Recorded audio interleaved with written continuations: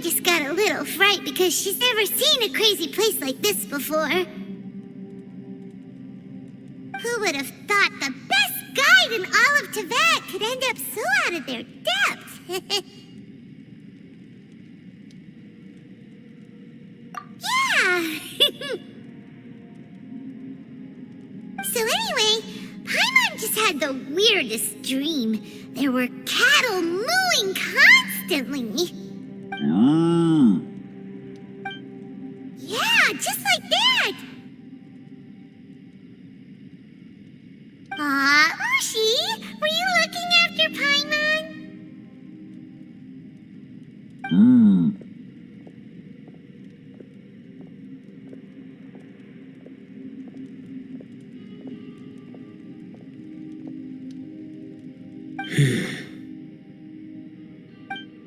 Traveler, it looks like the Conqueror of Demons is awake.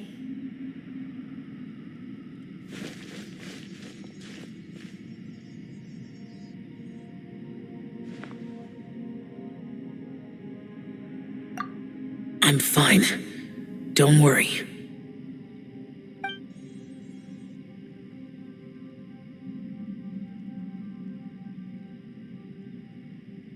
The karma I carry is dangerous to humans. Keep your distance. Well, I have Adepti blood in me, so I wouldn't worry too much. Even so. What happened while Paimon was sleeping? How did Xiao get here? With a little help, I was able to find my way here.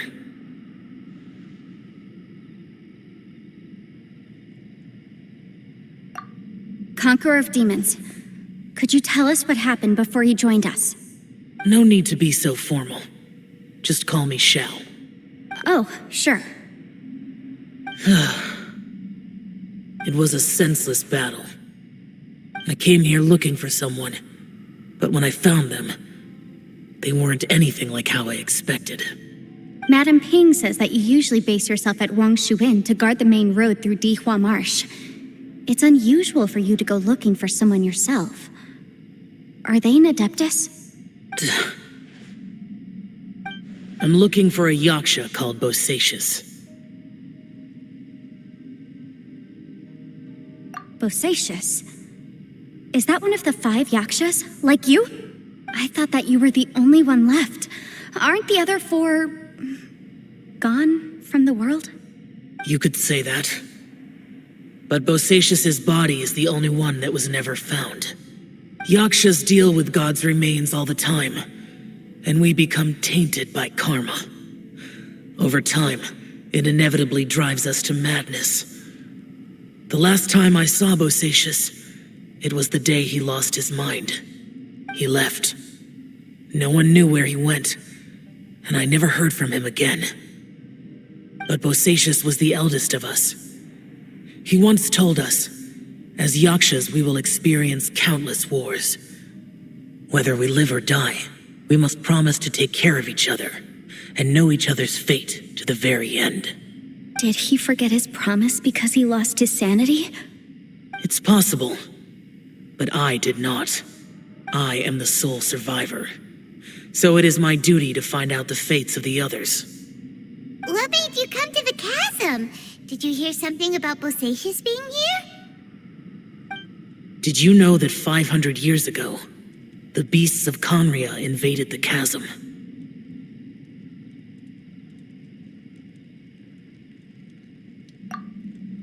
That war lasted a long time. It is said that in the midst of the battle, a brave Yaksha was seen putting up a heroic fight, but no one knew the Yaksha's name. But there were many more than 5 Yakshas in total, so there's no guarantee it was Bosacius. Wow. But you must think it was probably him if you came here to investigate, right? I am by no means certain, and I didn't have any other clues except for this one. But Bosacius was proud. If he had taken part in that war, he would have announced his name. So at first, I thought the nameless Yaksha couldn't be him.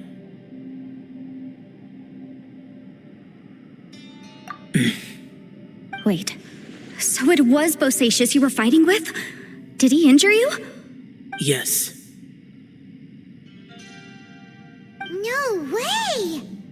The invasion of monsters from Conria, the battle in the chasm, and Yelan's ancestor. I have a feeling that somehow these are all connected.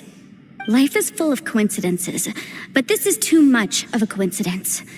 Could this all be related to the fantastic compass mentioned in the will, too? What will?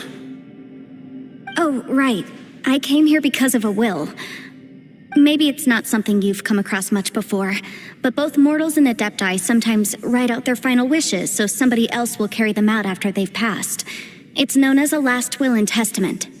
And this can be done at any time? Whoa. You want to write a will? Now?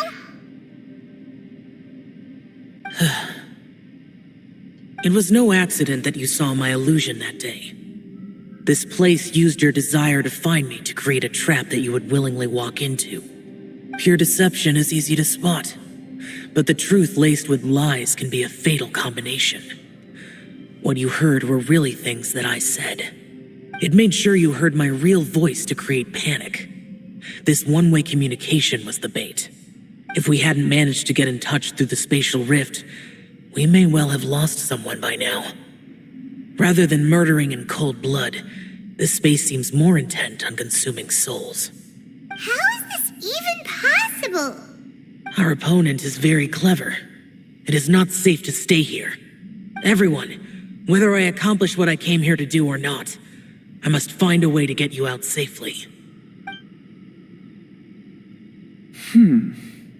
I rejoined to warn you that it's extremely dangerous here. If you stay here too long, this space may well devour you. But how do you know? You might become a shadow of your former self, wandering the underground like a lost soul. Sounds like you saw them too. Yelan, you're back. I've been back a while. I was listening to the conversation. I've seen some strange things here too. Objects that shouldn't be here. Strange figures appearing, then vanishing. I don't think any of it is real. So they're just illusions? At first, I had the same thought, but it's not that simple. There may come a day when these illusions become real and attack you. From what you were saying a moment ago, it sounds like you know a way out of here. I can't say for sure. It's just a guess. As Yanfei said, this space is chaotic and unstable, but it has its weaknesses. By attacking the point where both spaces connect, I was able to create a rift and move from one to the other. So, if I use all the energy I have, I may be able to tear a passage out of this chaotic space. Really? So powerful attacks can affect the space itself. I had wondered if that was a possibility. Whoa. But what do you mean by all the energy you have? I mean, it will take everything I've got. Wait a minute. When you said you were gonna get us out safely, you mean you're gonna stay here? You can't be serious. I saw Bosacius underground. That's when I realized the horror of this place. A single blast can only create a very small opening. To send you back to the outside world, I may need to continuously channel power in order to keep the tunnel open. I know how to fight to the bitter end. I can do this.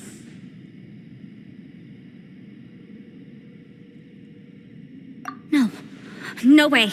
Even if what you're saying is true, I can't agree to this. I'm not neither. It's not much of an escape plan if we gotta leave someone behind.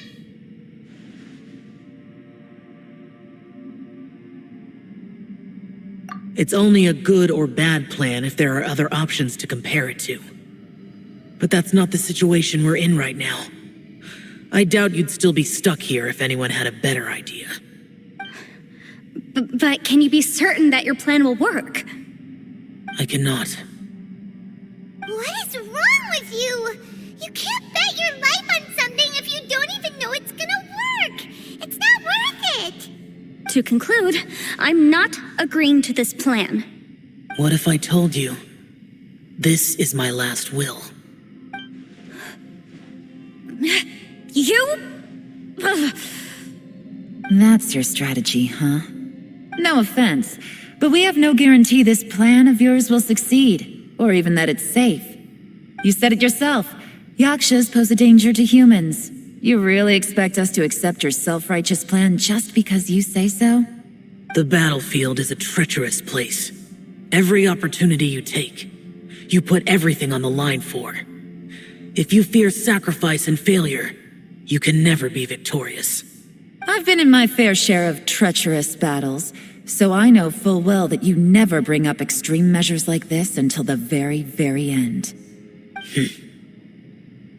You say these things in the hope that we will understand and accept them. But if you don't even know that your self-sacrifice is going to pay off, all you're doing is hurting morale. Besides, if you were really so determined to end it all, you wouldn't have given us the opportunity to share our opinions. You think you're oh so cold and ruthless, but I'm not buying it. And anyway, losing one of us so the rest can escape? Some victory that is. Yelan, don't be so harsh. Point is, it's not time for drastic measures yet. It's possible there's a hidden passage leading to the exit that we just haven't discovered.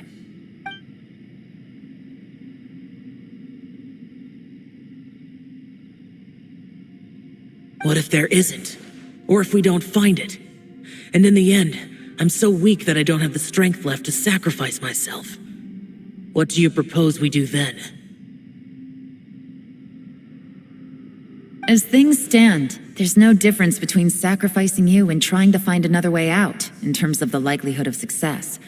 If we can't say that one strategy is better than the other, we certainly shouldn't be rushing into a risky course of action. Did someone say a strong enough strike can break us out of this place? Yeah, that's right. I heard ya. No one's staying behind to let anyone else out, all right? Enough talk. It's time for action.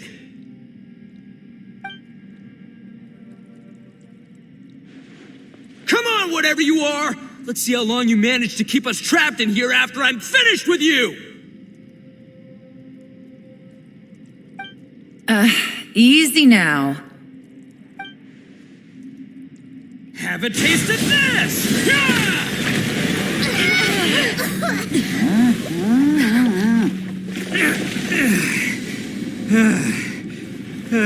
Whew, okay, so I didn't tear the whole place down.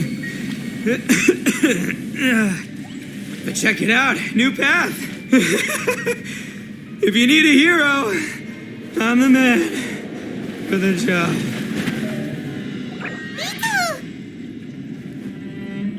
Should have seen this coming.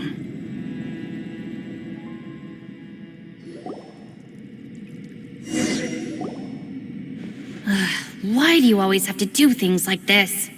Shinobu, What happened to Ito? Did he pass out? The boss used up all his strength in one punch. Maybe that's the reason he managed to tear open a passage. Let me see if there's any way I can stabilize it. he did this because he heard us arguing, right? The thing with Boss is, he just can't stand conflict between teammates. Whenever we get into an argument in the Arataki gang, he always goes and does something shocking to calm everyone down. Today, he's done it again. He may not have known you for very long, but when he said he sees everyone as part of the same team, he truly means that. Another thing with Boss is, he hates it when other people sacrifice themselves, but he always seems to end up doing it himself. That said, there's a slight distinction to be made with him. When he does things like this, he doesn't really think he's sacrificing himself, because he genuinely believes that he's strong enough to defeat any obstacle he's facing.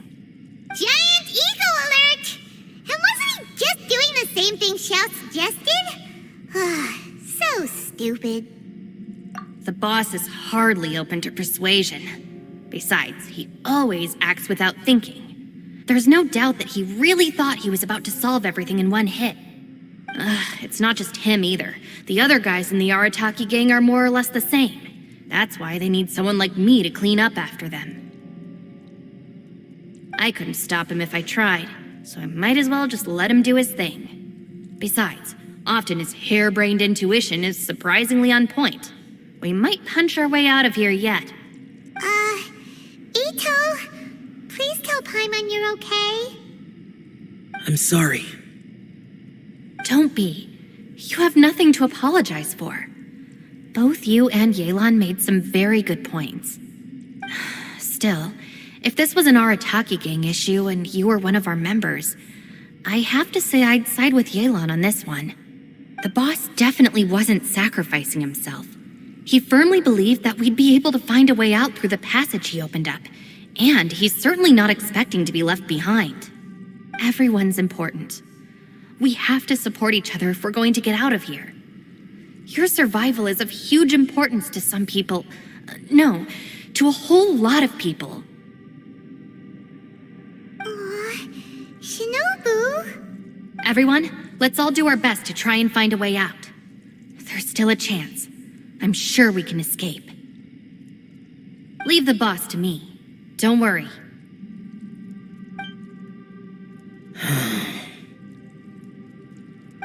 Everyone, it seems this passage doesn't lead to the outside world, but deeper inside. What the? So Ito's efforts were in vain? No, it's still worth exploring. I'll go and take a look first. Aha, I see. I'm with you. What? So far, I still haven't found the thing I came looking for. That magical device, remember? If this domain has the power to project our imaginations or the things we're searching for into reality, well, maybe I can use that to my advantage to track it down. Oh, right! No wonder she keeps telling us to keep going. If it's a magical device, it must be super powerful. Well, I can't guarantee that, but it's worth a try. I will find a way. Let him go. But if you're planning on going into that domain too, then come with me. After all, I'm just a lawyer. We'll be safer if we team up. By the way, you and Xiao seem pretty close, huh?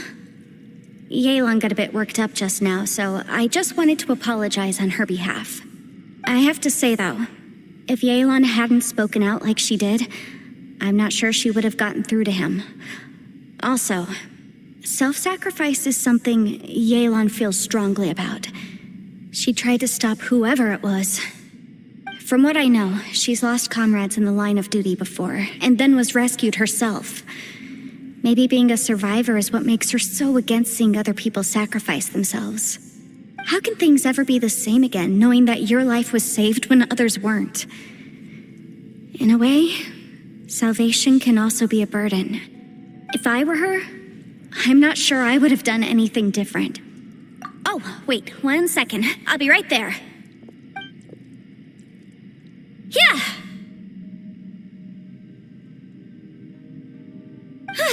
Right, that's much safer. Since Ito can't fight right now, I've cast a spell to protect you guys. Thank you, Senpai. Please, be careful. We will. Same to you. All right, Traveler, let's go.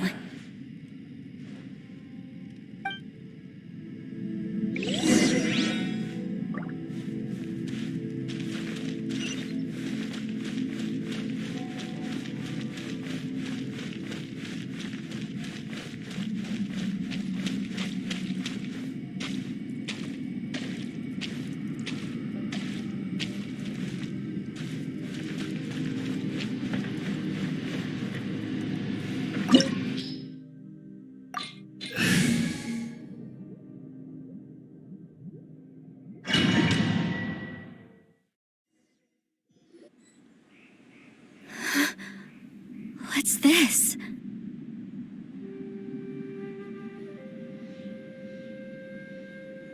Huh? Look at that huge disc in the distance. Hold on. Is that the fantastic compass? What? That's the best description you can come up with? It's way, way bigger than that!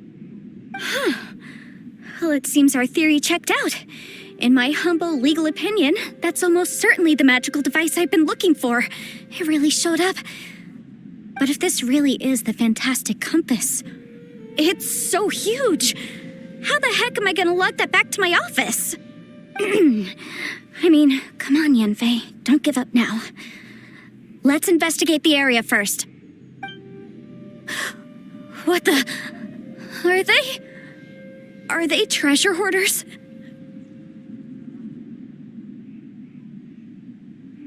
They look familiar. Oh yeah, I bumped into these rapscallions a few days ago.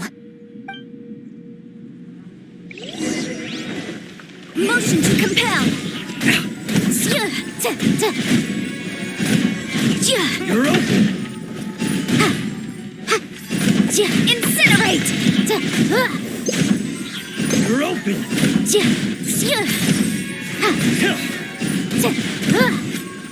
Motion to compel. There's a smaller disc here. Judging from the appearance and design... In all likelihood, this is the Fantastic Compass. Why is there a small version of the Fantastic Compass stuck in the ground? What's it for?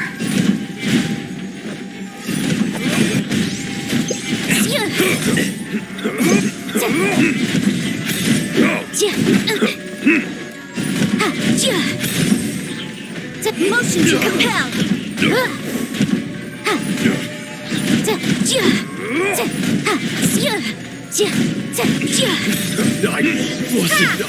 Wasn't done. Easy peasy. Just like last time.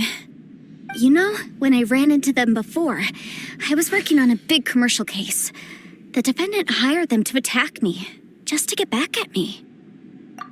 Happens all the time. Luckily, I'm well trained in martial arts, so taking them down was a piece of cake.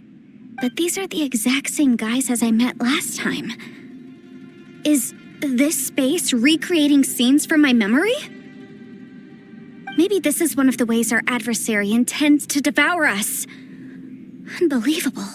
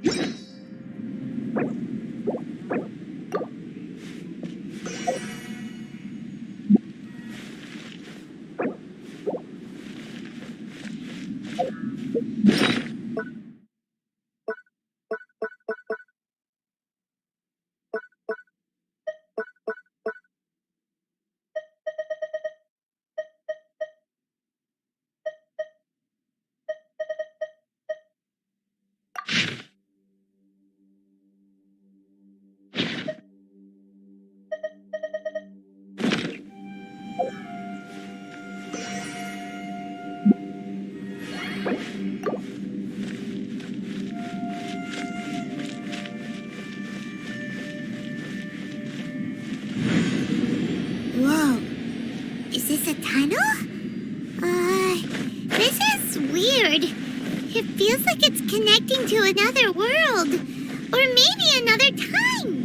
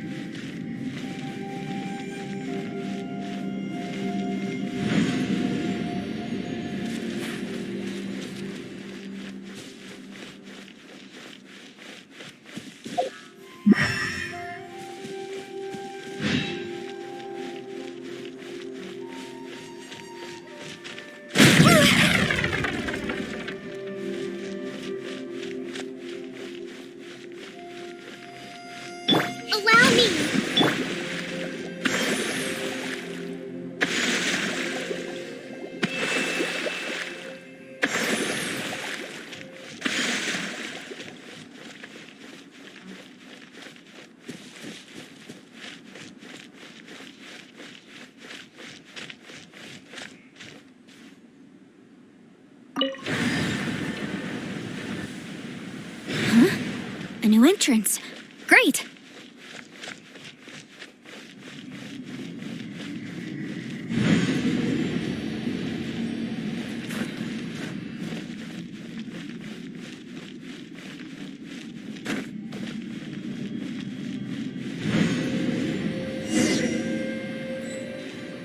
I thought we might run into some other people here, but apparently not.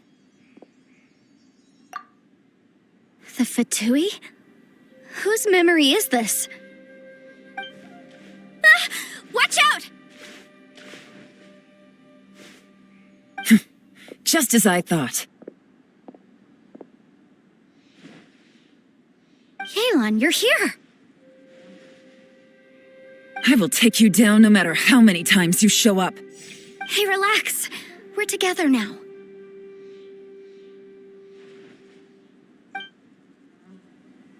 You're dead, boss boy. Gotcha. Quietly now.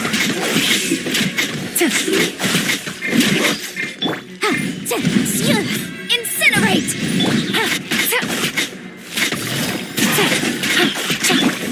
Freshness preserved.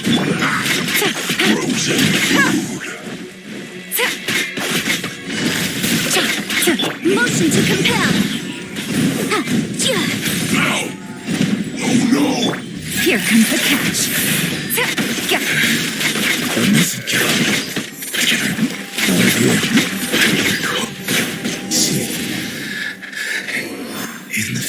Amateurs. And still they dare to come after me. You've still got it. Remember how I said I'd seen some illusions myself? Those were the same words I heard last time. The space seems to be reproducing that memory. Now that you know, at least we're all on the same page. He said the word fantastic. Was he talking about the fantastic compass? Yanfei, see that thing on the ground? Yeah, we tinkered with it. That's how we met up with you. I guess it's a miniature version of the fantastic compass in the distance. It has a close connection to the entire space. It looks somewhat familiar. Let me think.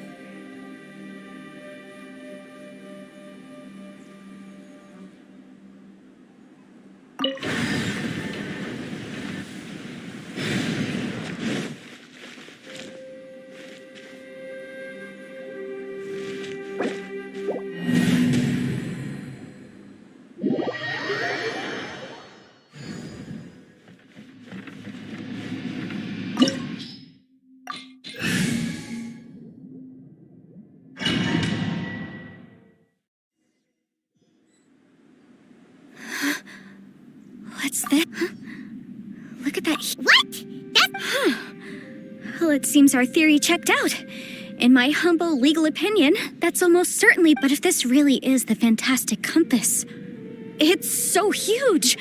I mean, come on, Yanfei, don't give up now.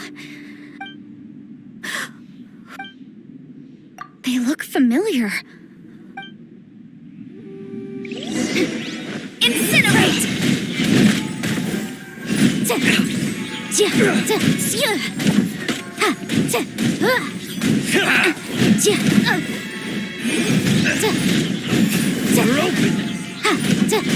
There's a smaller disc here.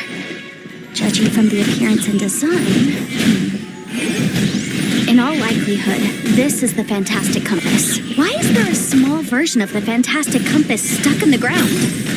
What's it for? Time for your arraignment!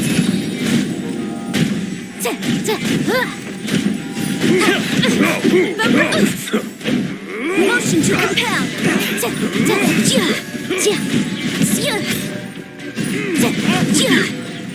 Off with you!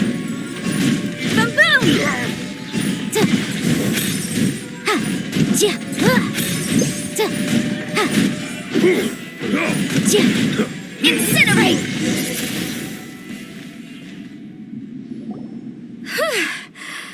Easy peasy. Just like last time. You know, when I ran into them... happens all the... But these are the exact same guys as I met last time. Maybe this is one of...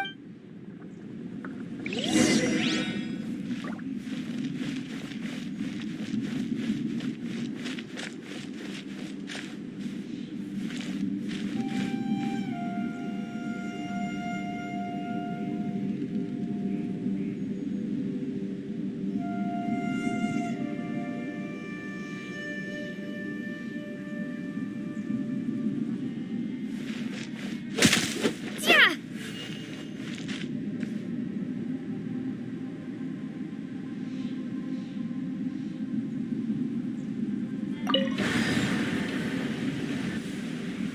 Huh? A new entrance. Great!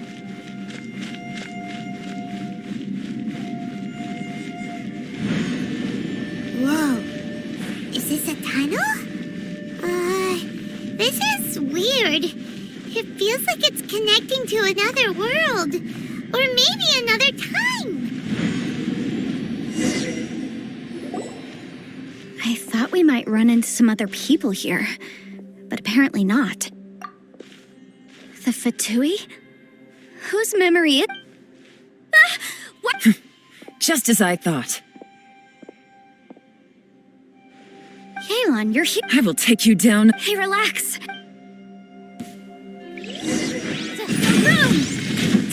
Have a look at this!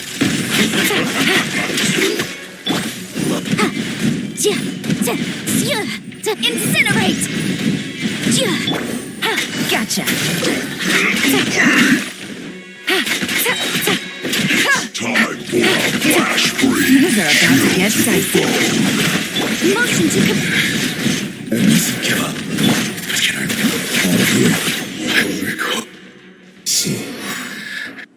Amateurs. And still they dare to come after me.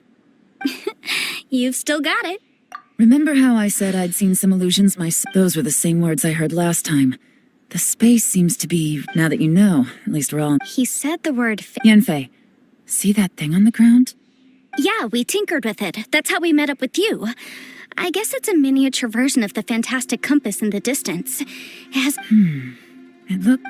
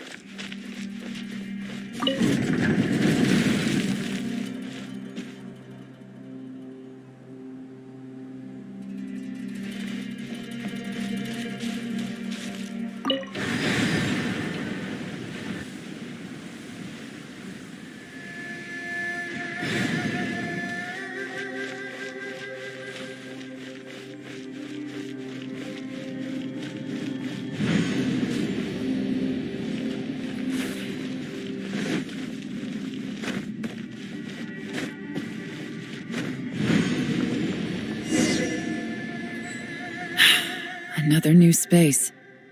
If everywhere within this space follows the same rules, there must be another small fantastic compass somewhere around here. Bosacius, I can't believe someone like you would end up as a lost soul underground. No enemies. Hold on. Wait, is the enemy hiding itself? Oh no, we should go help him. Stay back. This is my fight. Do not come near me. Filthy monsters! So many people have died at your hands! I lured you here to this underground space because I found your weakness. Hiding and ambushing from the dark is Bosacius' signature tactic. Die here with me! How did a valiant warrior like you die here?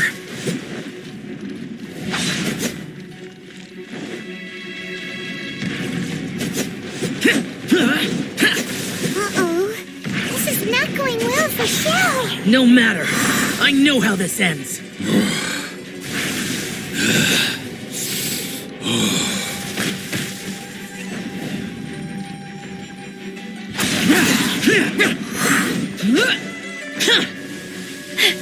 Look!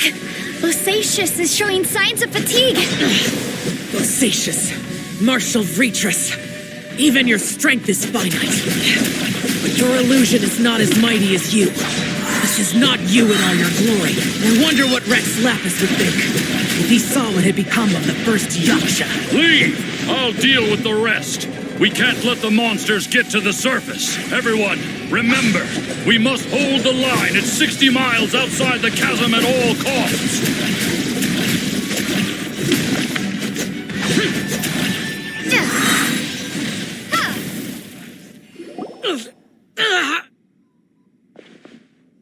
Enough!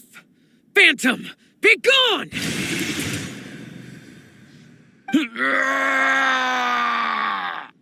Shell, are you okay? This is my purpose. Don't worry about me. So your invisible opponent was the legendary Bosacius, Martial Vitris? Yes. So excuse my stubbornness. Bosacius has been missing for centuries. This may have been the last time I will ever see him. He was saying something about holding the line at all costs. He fought here. The nameless Yaksha from the legends. It was him. But didn't you say he'd always announce his name? How could his name be lost to time? What happened? I don't know. Maybe he forgot who he was. Because the karma you spoke of drove him to madness? Bosacius had already gone mad before he disappeared. There was no way of knowing if his memories were intact. He still took part in the Battle of the Chasm despite having gone mad? We Yakshas are not a race that thrive in peacetime. It's likely that he was drawn by the scent of bloody war. Slaughter is what we do best. Maybe it's the only thing we know. This battle confirmed my suspicions. As we had speculated, this space reflects information from people's minds. In other words, despite going mad, Bosacius came here. The illusion we saw just now is the impression he left behind. This space recreated him as he was during the battle. The way he fought was so self-destructive. He couldn't possibly have survived. Bosacius's illusion said he'd discovered the monster's weakness and lured them underground. What kind of place could this be? Defeating Conria's monsters is no small feat, that's for sure. Guys, it could just be me, but I think I'm suddenly feeling more tired than I was. This space is really starting to affect us. I believe Bosacius stayed here underground. But now he is gone, and only his illusion remains. If we don't leave, we may meet the same fate.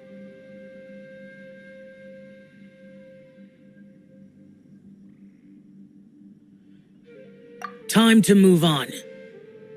You fought well, Bosacius. Goodbye.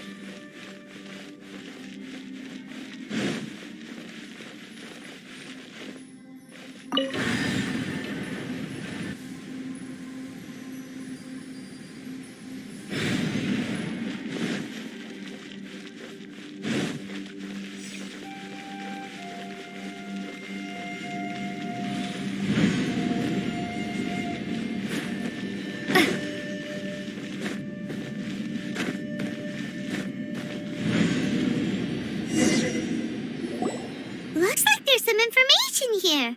Shall we take a look? Okay, let's see.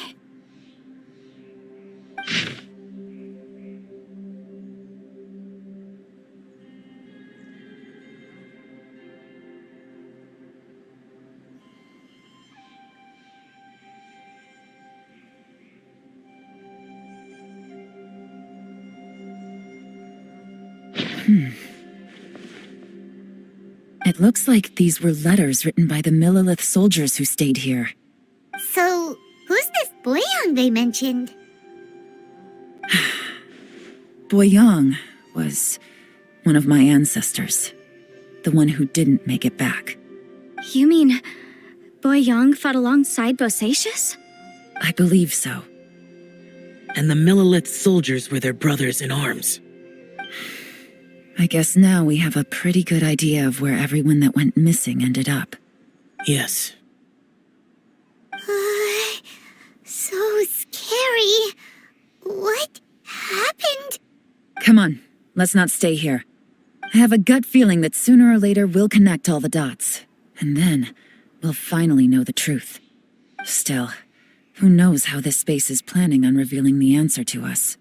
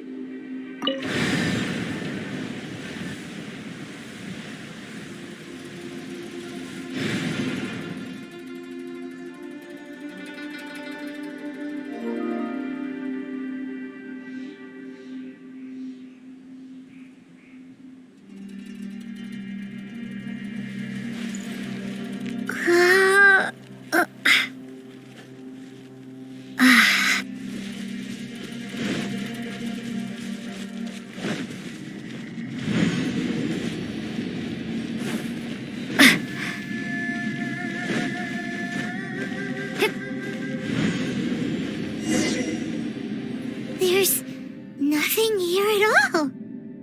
What a creepy space. It has the feel of the abyss. But where are the opponents?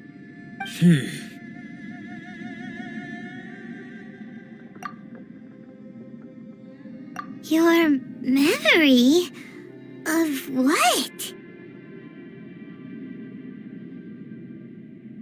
The abyss? So, this place is created purely based on your memory?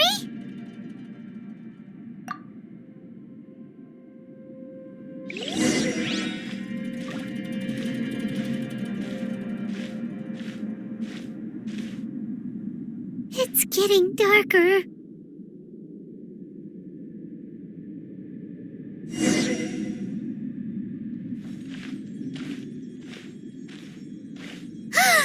It's...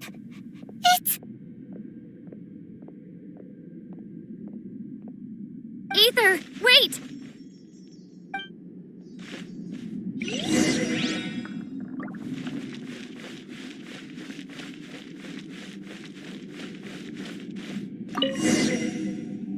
Huh? What's that shiny round thing on the ground? The fantastic compass! In the other spaces, the fantastic compass was always partially buried in the ground. But this one is lying flat, intact, as if somebody left it here. Oh, he was just a figment of your imagination? So, he appeared as an illusion because you miss him so much, huh?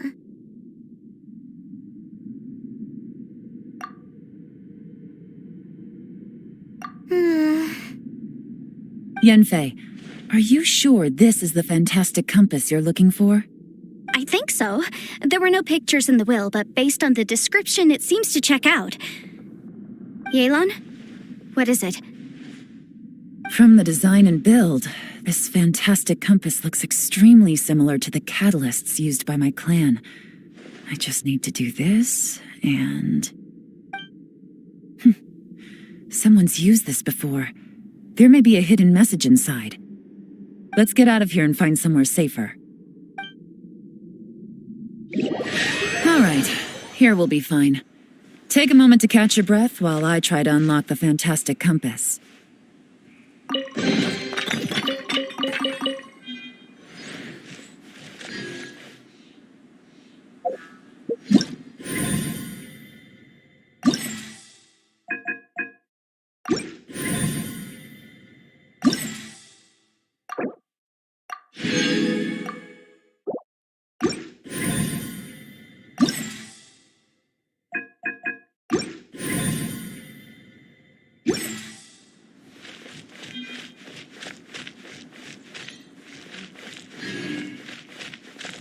Now that I've found the fantastic compass, my work here is done. But if the Bosacius we saw was just an illusion, will we really be able to take anything we find here back to the outside world?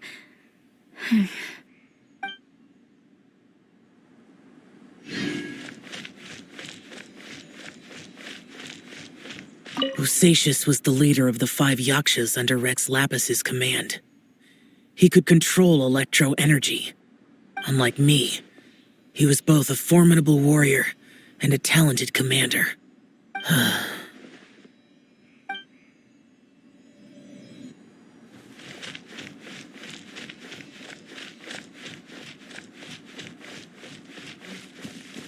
Within yin and yang, among the 5 regions, water, fire, wind, and thunder cycle like the seasons. Grasp the 7 heavens from the ground. Open wide the 3 gates. All the world within reach.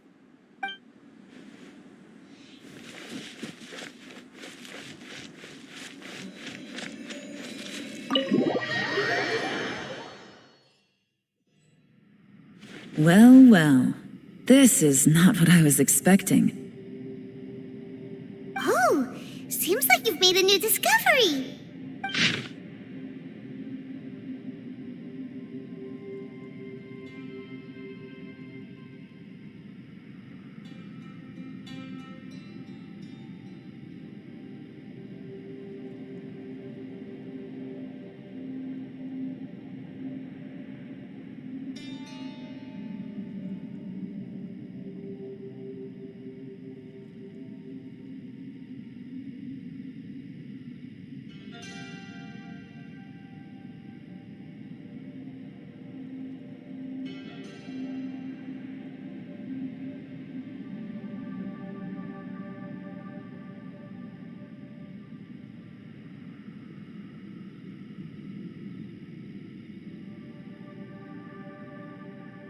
This information was left by a thaumaturge called Boyang, who, as you know, is the missing ancestor that I came here to investigate. All this information, it was left by your ancestor? Hundreds of years ago, two of my ancestors, brothers, were gifted the fantastic compass by someone of great importance. They brought this device to the chasm and joined the war against the monsters of Conria. They set out together, but only one of them made it back. Minus his sanity. Karma. Correct. One possibility is that when they fought alongside Bosacius, they were tainted by his karma. Neither of them had visions, so they wouldn't have been able to resist its effects for very long. From reading through this, it sounds like Boyang ended up staying here for good too. Well, this is just wonderful. So, that's it. There's no way out? What do we do? Are we gonna die here? But Paimon doesn't wanna die! Paimon's had enough of this place! Let me out!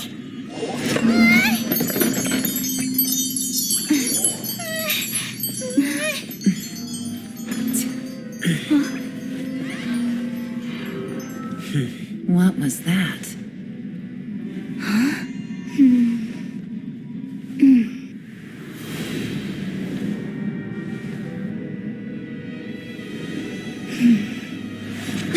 I got it! I just had a thought.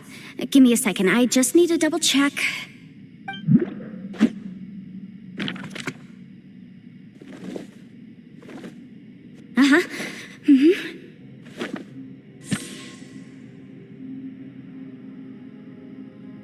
Traveler, I just realized something. Okay, so on my way here, I was studying the will the whole time, but I didn't give any thought to the book that the will was inside of. I don't know it verbatim, but I have read it before. The gist of the story goes like this. Millennia ago, an Adeptus made a magic device to seal away evil monsters. Later, he made good friends with a human and gave the device to him to use as a catalyst. A few years later, great demons haunted the mountains. The mortal and the Adeptus joined forces to exorcise them using the same device. And that's not all. The book also says this. When mortal and Adepti powers are combined, one can move the heavens and shake the earth. This contraption is proof that mortals and Adepti may coexist, that there is unity between heaven and humanity. I have both Adepti and human lineage. Maybe my power can work.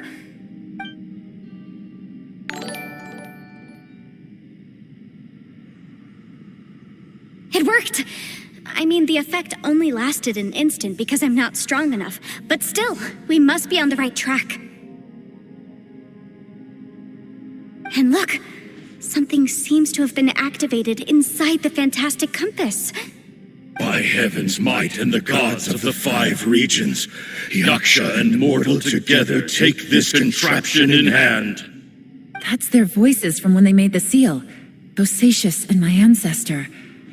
They sealed off this space at the top together. I see. It makes sense now.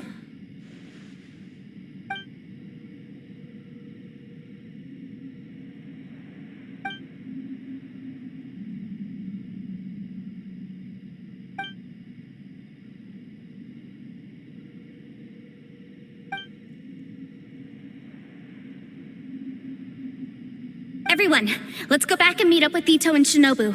I have a suggestion to make. Paimon can barely move anymore.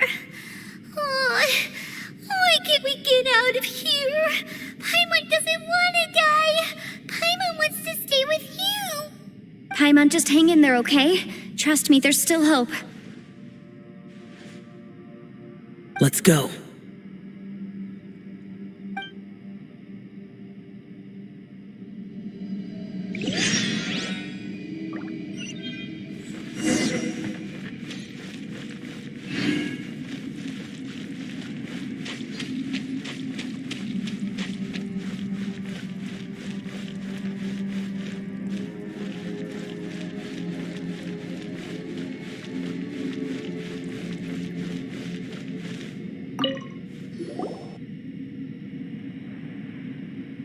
Shinobu, Ito, we're back!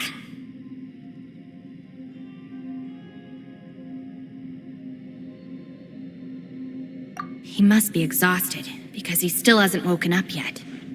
But he's not in any serious danger, so don't worry. What about you guys? You found something, didn't you? It's written on your faces. But whatever it is, it's bad news, isn't it?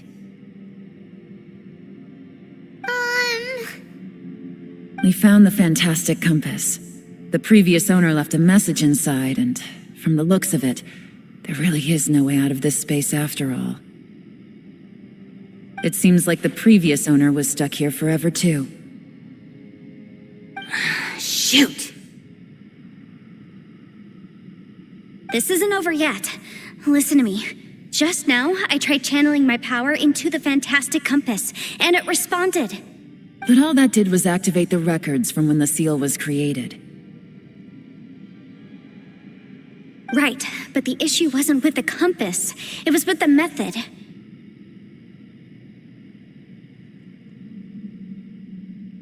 Remember what the book says? When mortal and adepti powers are combined, one can move the heavens and shake the earth. Only when a mortal and an adeptus combine their powers can the fantastic compass be fully activated. I'm a mix of human and adeptus, so the fact that the fantastic compass responded to me shows that the system is still functional. Lucky for us, we also happen to have a full adeptus and a human with training in the magic arts. Interesting. So that's what was going through your head. So, an adeptus and a human need to channel their power at the same time? Yes, if my guess is correct, then when both of you put your full power into the fantastic compass, we should be able to completely reactivate it, maybe even reverse it. Last time, it was used to seal the intersection between this place and the chasm.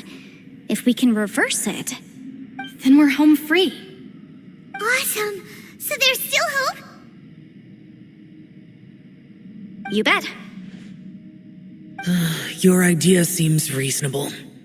Okay, well let's all take a quick break. We'll give this thing a try once we're ready.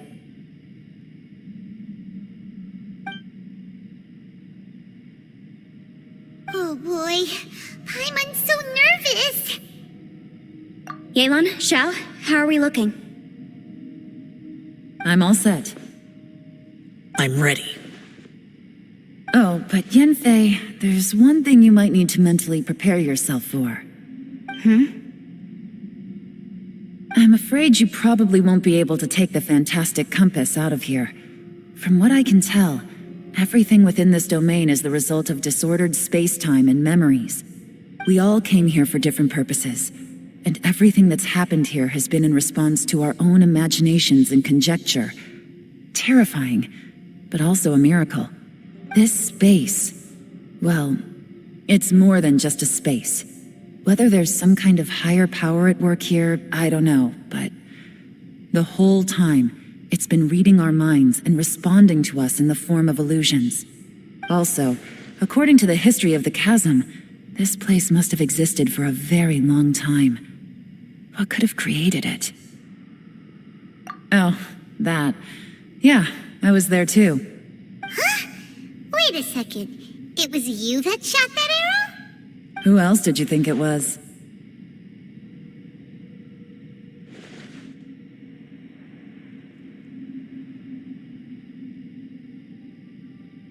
That snake is probably a remnant of Conrion's civilization, and crystals are highly effective against it. Maybe there was some sort of opposing reaction between those two forces? If so, I'm extremely sorry, everyone. It looks like I might be the one responsible for all of this. No. You're just trying to help us and solve the problem. You're definitely not to blame for what happened. If you say so. You could almost liken this bizarre space to a living being that throws all kinds of hallucinations at us to deceive us.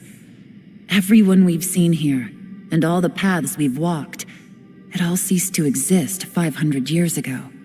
Additionally, most of the things here are static, So if we really do manage to escape, then once time starts moving normally again, the fantastic compass will likely disappear. That's actually what I think, too. That's precisely why it's such a miracle that we even found the fantastic compass to begin with. This whole thing feels like we're breaking free from our shackles using a spear that by rights should not exist.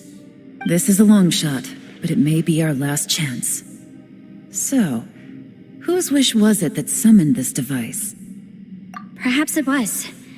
But maybe there's another reason. Your incredibly strong commitment to your search.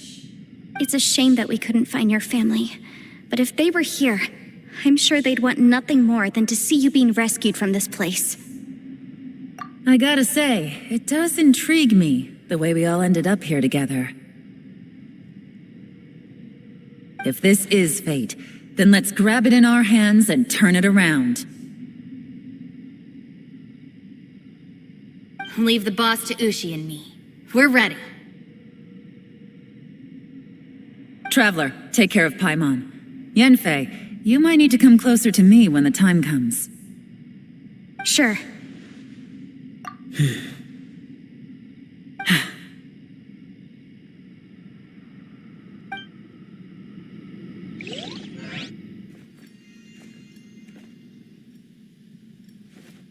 Stars align, bestow your light, evil purged by thunder's might. Spirit curbed, pneuma surge, by dictum divine, heed these words. Do as I command! Aha! The fantastic compass is an amplifier. Maintain this energy level, and we may stand a chance. I will maintain the energy flow. Understood. Everyone, stand back.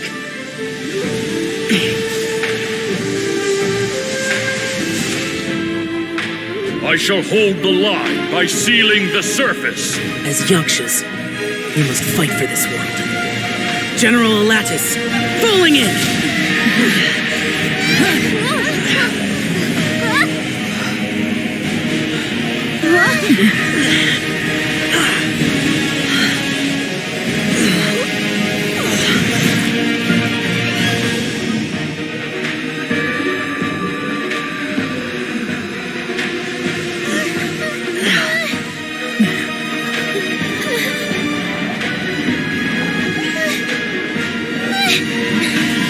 Watch out!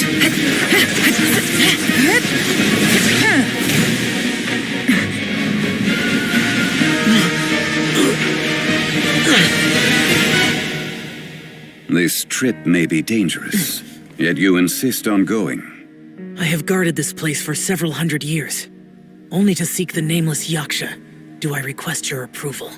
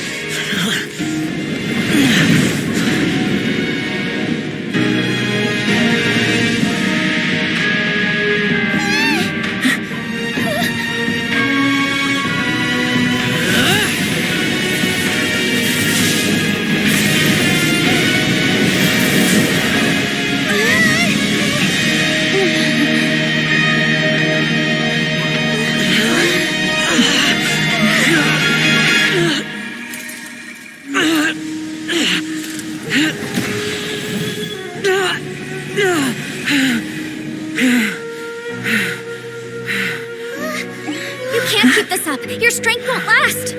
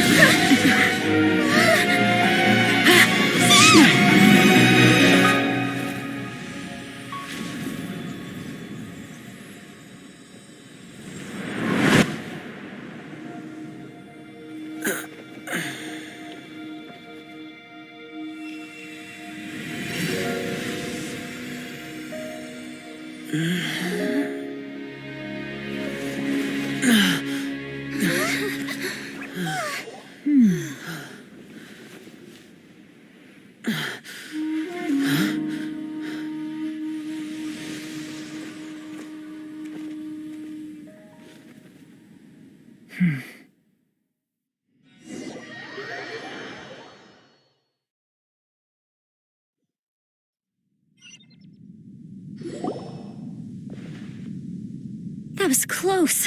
I thought you were gonna get left behind. I'm so glad you're okay. That was terrifying.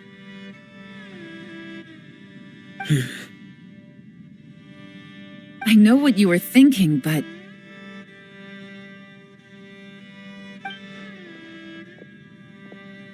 Never mind. I know I can't talk you out of a mindset that's been built up over a lifetime. I don't think we were ever going to reach an agreement over the final strategy. But in the end, it was thanks to you that we managed to escape. So, thank you for saving us all. No. I could not have done this on my strength alone. Don't mention it. It looks like everyone got out unscathed, but you all look pretty exhausted. Rest up. There's no hurry to move on from here. As for me, I'm gonna check the area for any unusual activity. She's gone. Paimon didn't even get to say thank you. Maybe Yelan really doesn't believe she made a contribution. It seems like she's convinced Zhao saved us all, including her, and she doesn't know what to say to that. And since it's not easy to persuade Zhao of anything, maybe Yelan's just given up trying to talk to him. Zhao, she's criticizing you. I'm not. You speak only the truth. I have no quarrel with that. I will keep your words in mind. Really? Well, that's great. I count that as quite an achievement. It was a perilous situation we were faced with underground, and it took every single one of us for any of us to make it out alive. I feel lucky that we didn't lose anyone along the way. Hey, so Ballchecker still hasn't woken up yet. Surely he's not gonna stay asleep forever, is he? Let's go check on him.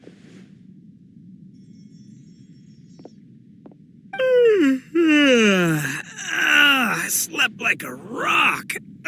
Good times. Huh? What you doing? What's going on? Why are you looking at me like that? Are you in any pain?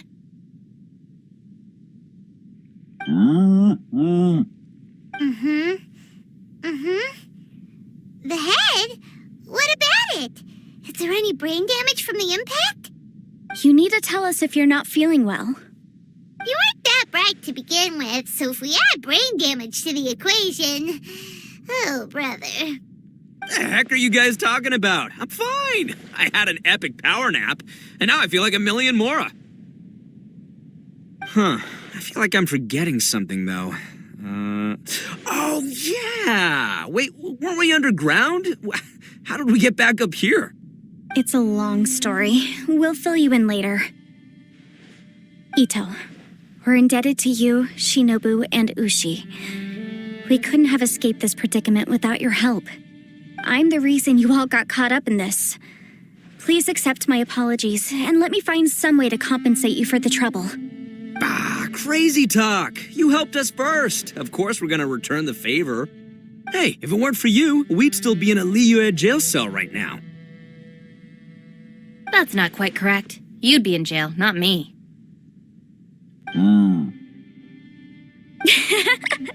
Good point.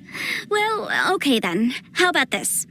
To celebrate our newfound friendships, how about you let me take you to Liyue Harbor for some sightseeing and a proper meal? I like the sound of that. Now that you mention it, whew, I am famished. Oh, I can barely walk here. I'm hungry too, Senpai. Why don't we head straight over? Paimon too! Paimon wants to come too! Huh? Fine! All right, well, I promise I'll take good care of your friends from Inazuma. Take it easy, okay? What we just went through was a lot. Oh, wait. Yelan left already. I was gonna treat her to some tea. But I'll take this to mean we're square.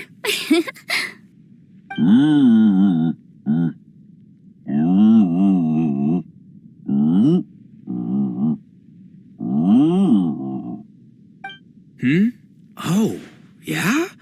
Is that right? Wow. Okay, I'll let him know.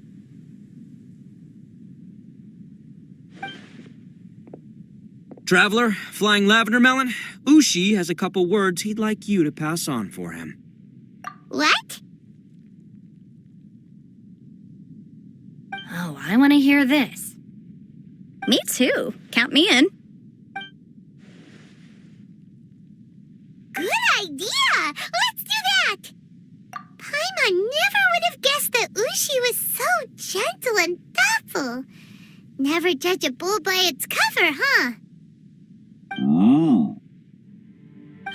Sometimes the profoundest truths can also be the simplest. I think Ushi's words may well come in handy. You betcha! Just leave it to us. All right, Ito, Shinobu, Ushi, let's go. Oh, yeah! Grub time! See you next time.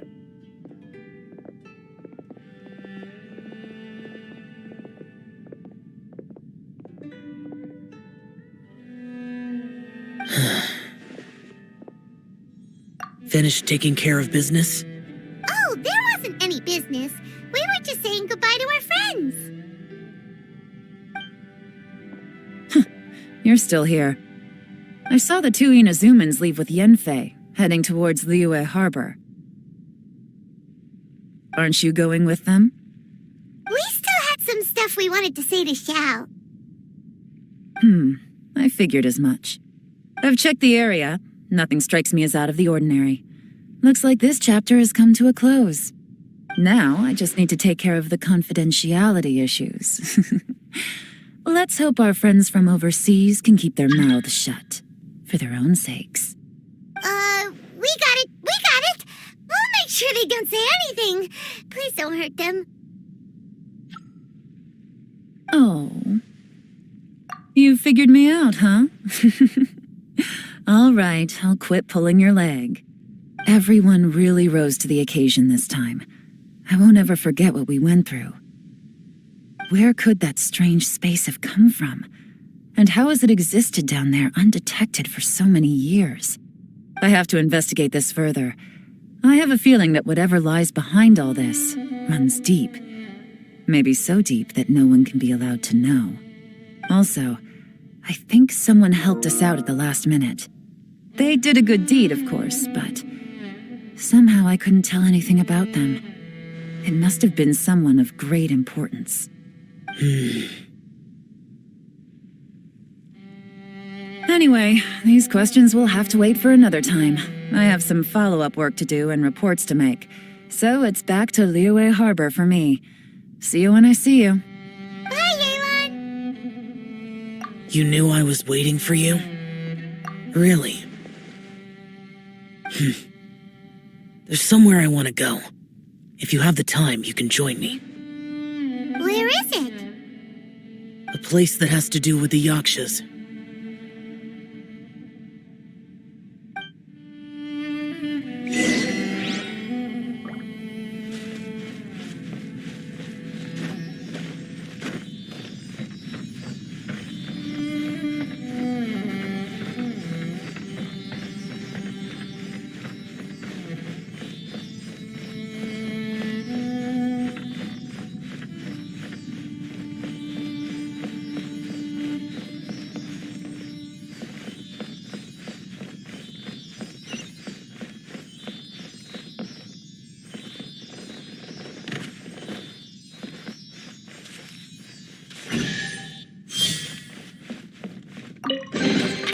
Is this an answer from this world?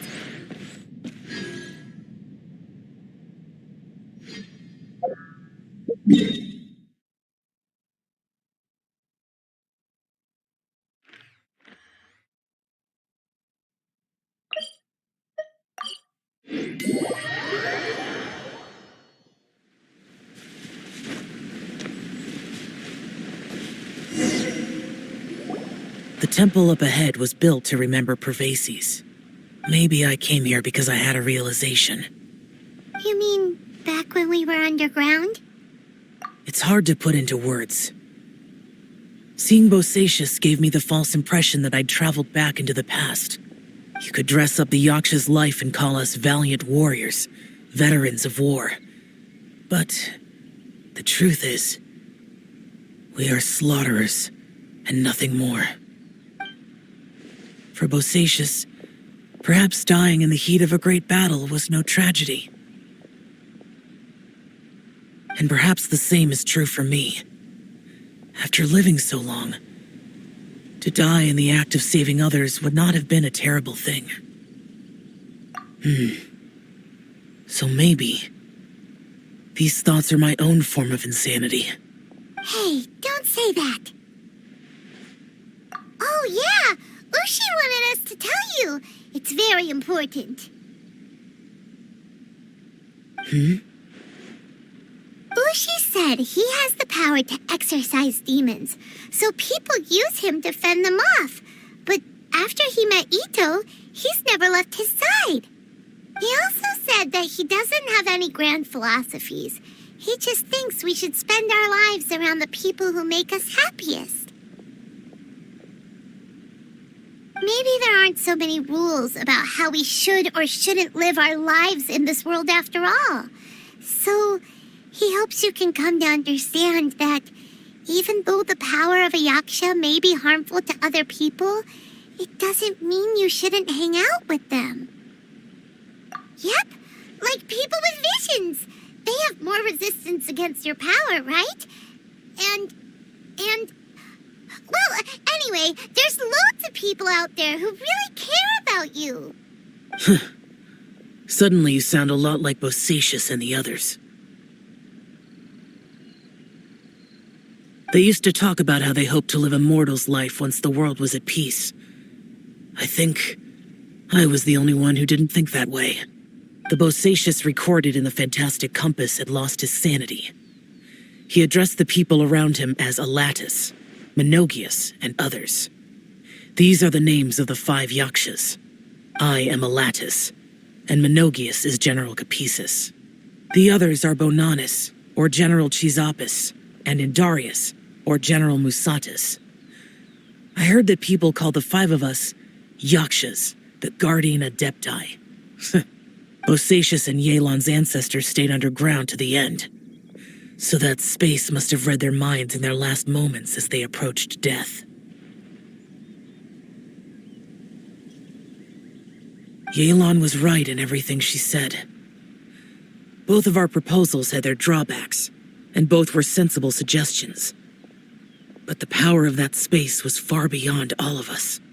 I couldn't have done all I did without everyone's help. Even in the final moments, it took every bit of my power to break free from that place. Well, Paimon still thinks you were amazing. Yanfei and Yelan are correct. I always prepare for the worst-case scenario. This mindset is deeply rooted in me. Even so, it was the most optimistic solution I could think of. If Rex Lapis hadn't saved me in that moment, I don't think I would have been able to escape. In the end, I still had to burden another. But that's how it should be, right? You've known Zhang Li, Rex Lapis, for such a long time, and you've helped him before, so he helped you back. What's the big deal? Perhaps.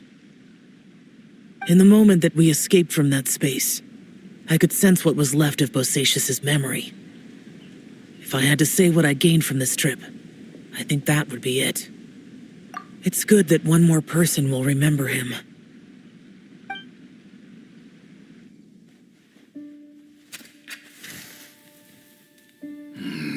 Menogius, where have you been? Brother Yaksha, you're confused again. I've told you countless times, I am Boyoung, a thaumaturge who fought with you in the chasm. Boyoung? Boyoung? You are Boyoung, but who am I? Believe me, I want to know as much as you do. Here we are, the two who agreed to stay here together, and I can't even call you by your name. It's a shame. Stay here? No. No, you have to leave. Nonsense, Brother Yaksha. We're down here for good now. Don't you remember? It's too late to have regrets. The seal can't be broken. The seal. Ah, yes. I'm a Yaksha who came here to fight. Brother, are you okay? Look at the state of me. I don't think I've got long now. We're the only two left. Don't go dying on me. You know, today I saw my family down here. Clear as day. What do you think? Am I losing my mind now, too? Boyang, do you want to go home? I made my decision to leave Zhongzhao up on the surface. I obviously... Of course I want to go home. I must have family too. You mean brothers and sisters? I'm sure you do. Brothers and sisters. Yes, but who am I? And where is my family? Brother, what's wrong? Hang in there. It's just you and me. Don't die before me. Alatus, is that you? Who's Alatus? Your memory's going again. I'm sorry. You all have to see me in this state. Brother! Look, there's someone over there. Who are they? They're my...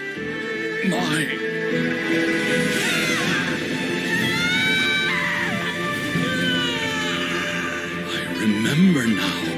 I know you.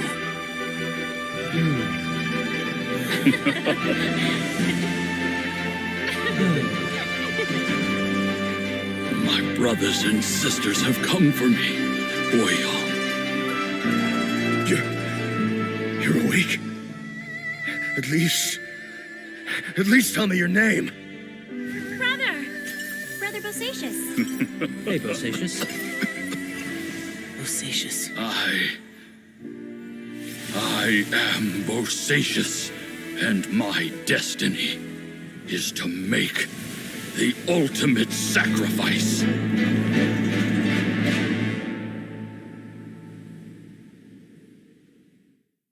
I've said so much today, but I don't need to hold back as much when I talk to you. Have you ever had a moment where you felt like you were aware of your destiny? The potential of life? The approach of death? Whatever it might have been. By now, I have accepted that destiny is the one disaster that the Yaksha know most keenly of all. We are destined to misery. And yet, we have no fear. How? It matters not. Rex Lapis had said that you are a witness. It is right that the events of the world are relayed to you. Bonanis, Menogius, and Indarius all perished, and only Bosacious's fate was unknown. This has always stung my heart like a thorn. That is why I went to the chasm, despite being fully aware of the danger. Now that I know what happened in the chasm back then, I can finally put this matter to rest. Before we left that place, I picked up a stone. I thought if I could take it out with me, I would place it in the temple to Pervases in memory of Bosacious. Unfortunately, the stone did not survive. Pervases died in the Archon War thousands of years ago. He was younger than us, and Bosacious was very sad when he passed. Too many Yakshas have become casualties of battle. We are like a flock of birds, scattered to the four corners of the world. And in the end, as Bonanas said, it's rare for a Yaksha to find repose for their soul. Bosacius, Boyang, and all those soldiers. Heroes. I like that word. Maybe the world will never be free of disaster. But there is good in the world, too. Even the darkest hearts have room for those they cherish. I accept your advice. From this day on, heroes will always look out for each other.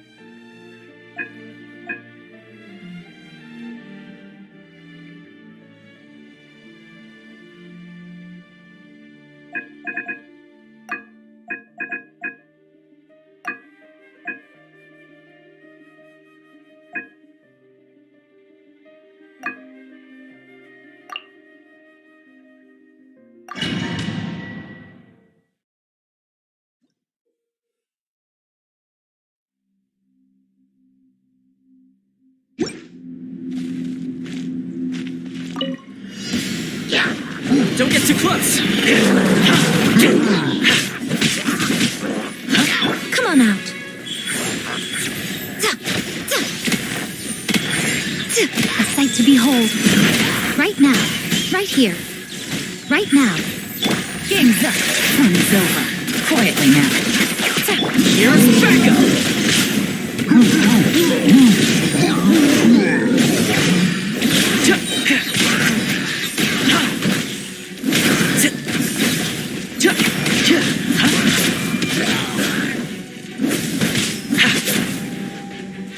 Fire it up! Emerge. Right now.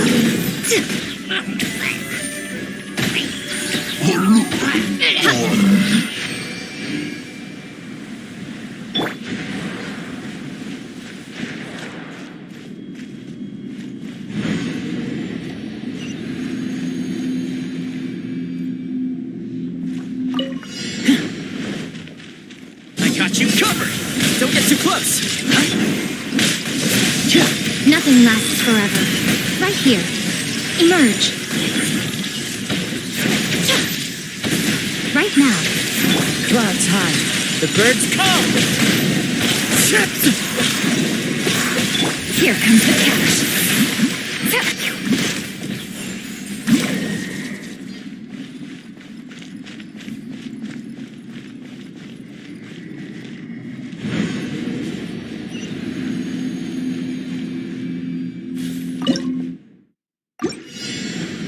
Busted.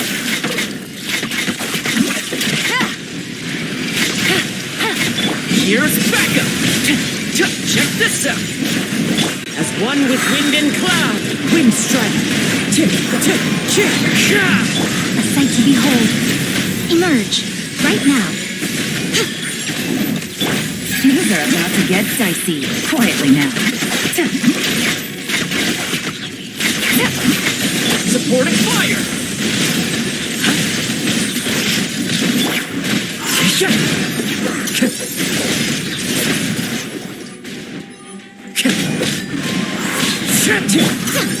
Show them. Right here.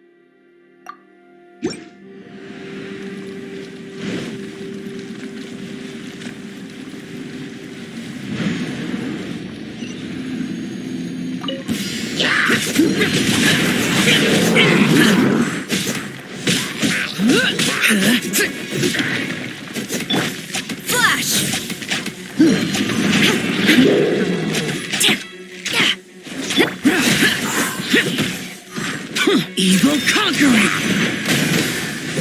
No turning back! Quiver!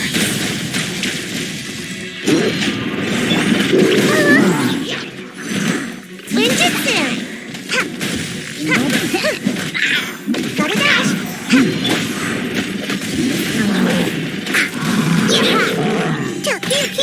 Flash!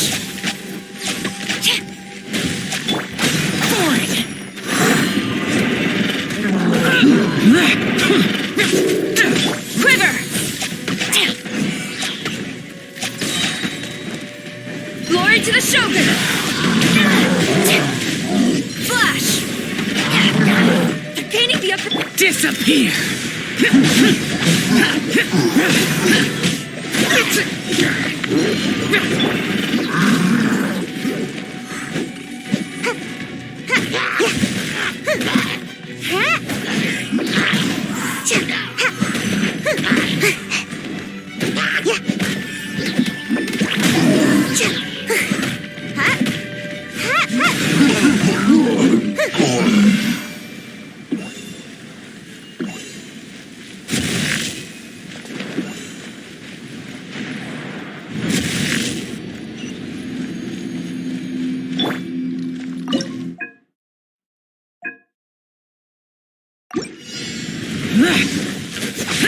Useless. Sayonara special on the rocks.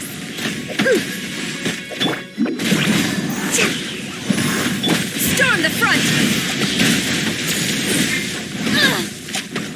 Evil conquering. Yeah.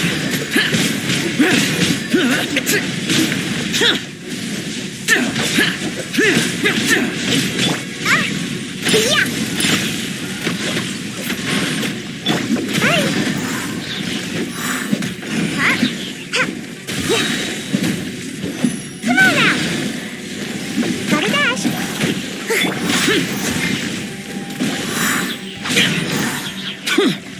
Look at you, Foozale, on the rocks.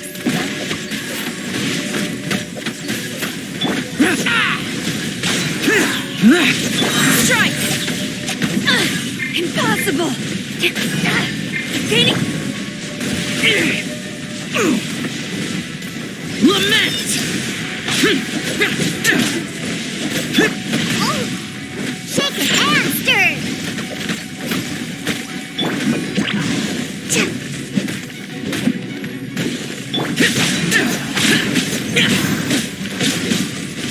Glory to the Shogun! Flash! Ninjutsu. Almost dodged that. Boring. Can't handle your dream. Huh, pew pew.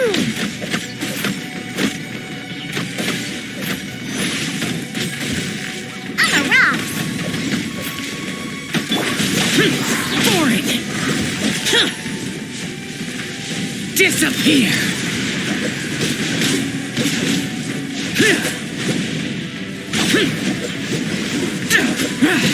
Yeah. Pew pew.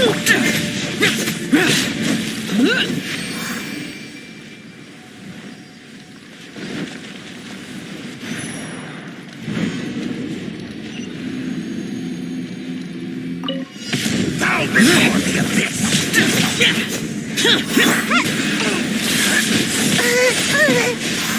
Sayonara special. Storm the front! Strike!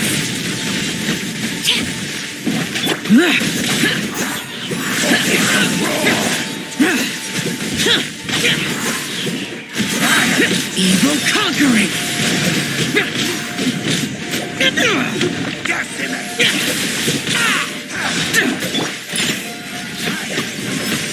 Flash! All life will perish! Annihilate!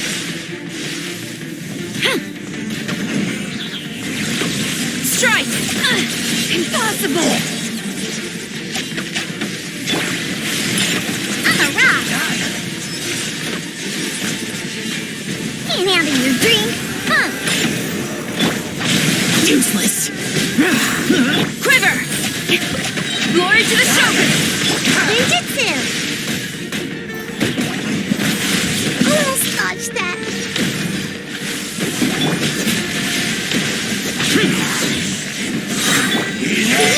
Disappear.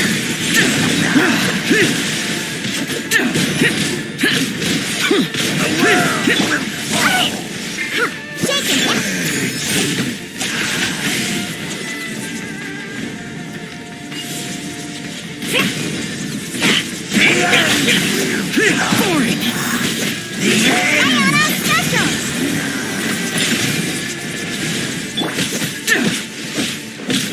Gotta dash.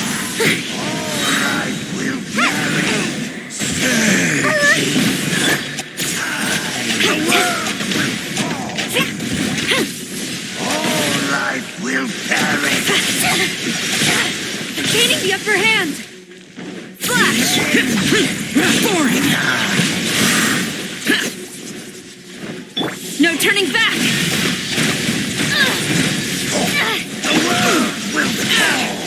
The end!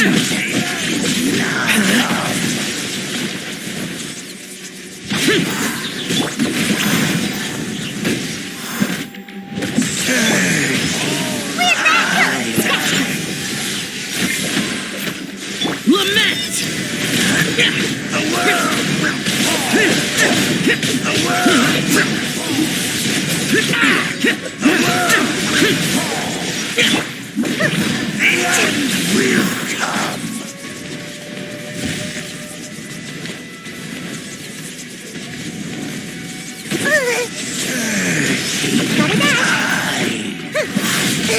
I'm about to pass out over here.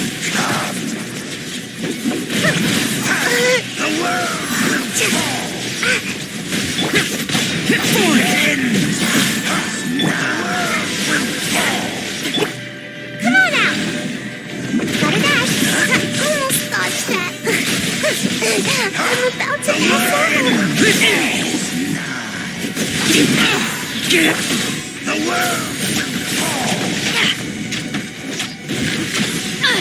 Impossible!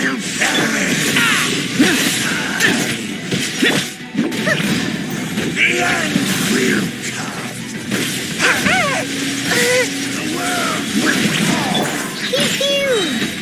Look at you, cool down.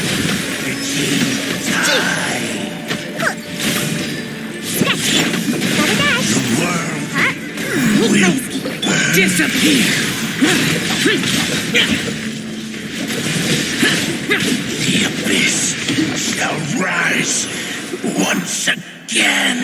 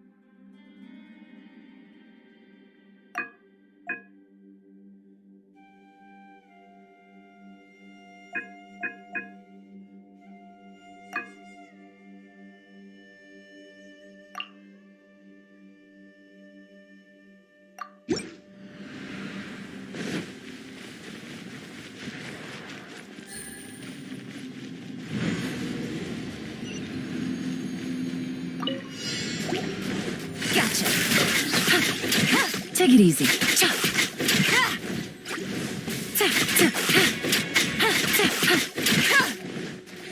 Here comes the catch. Busted.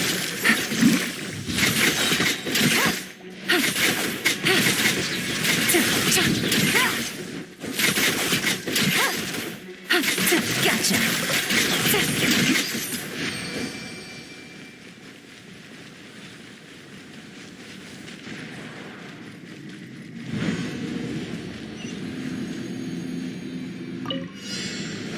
Take it easy.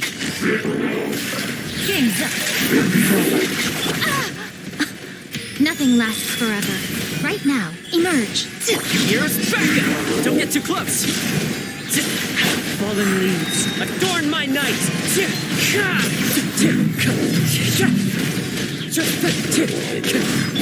Here comes the catch. Quietly now. Right here, emerge. Right now, I'm always watching. Emerge.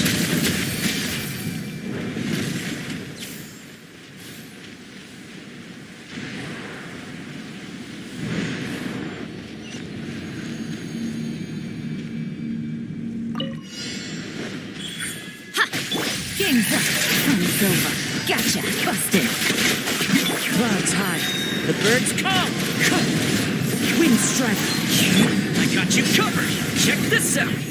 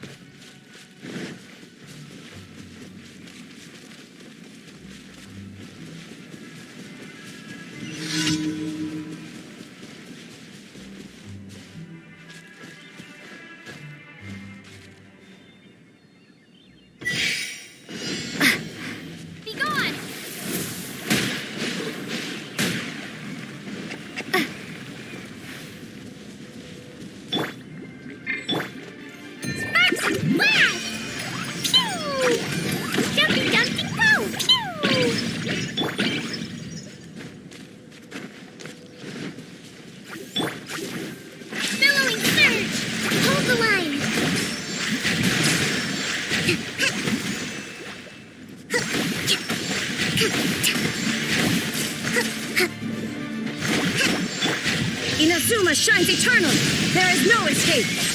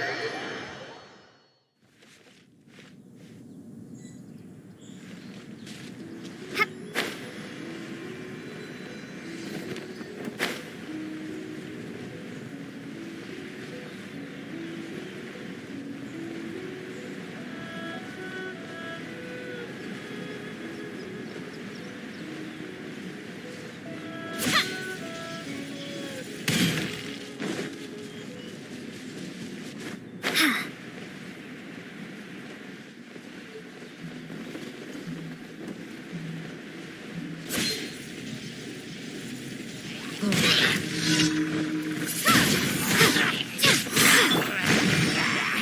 me. Illusion shattered.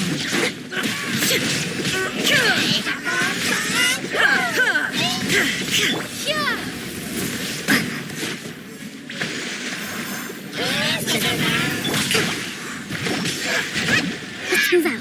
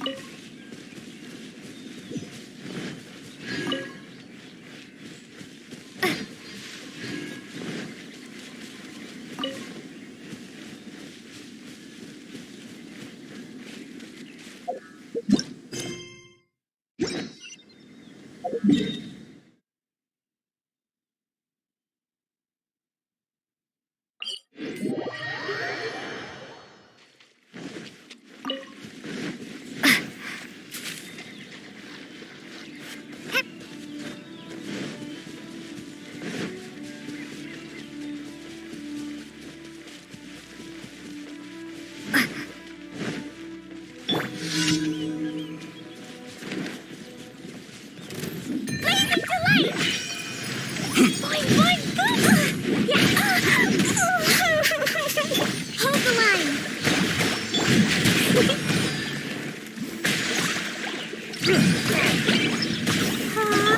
Torn to oblivion.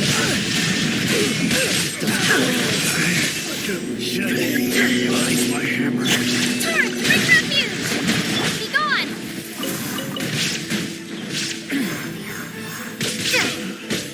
Windblade.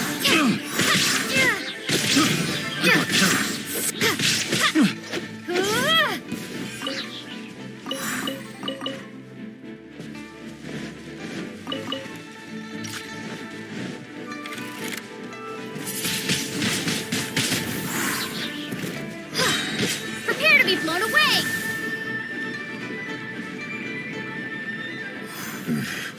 The hunter becomes the hunted.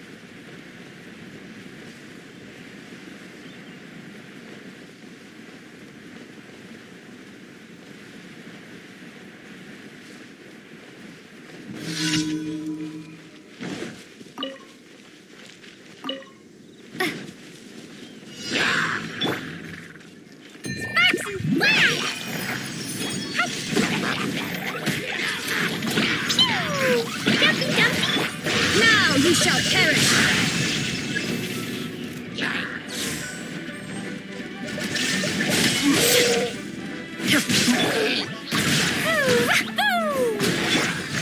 Allow me. Be gone.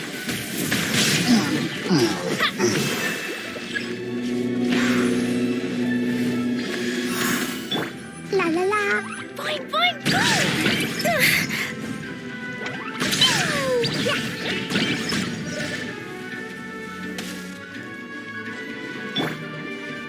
Hold the line.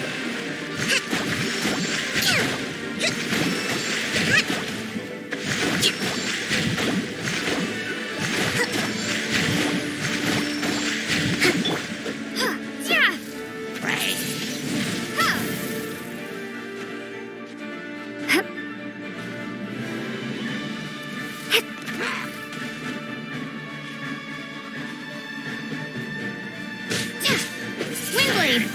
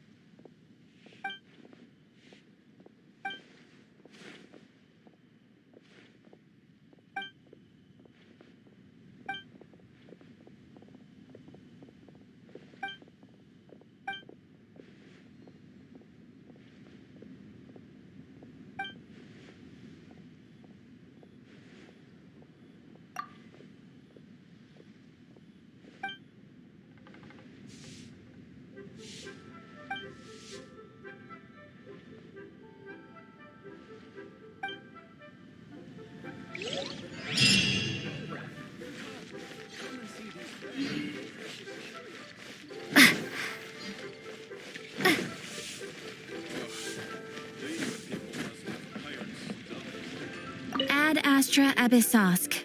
Welcome to the Adventurers. Thank you for completing today's commissions. Here is your reward.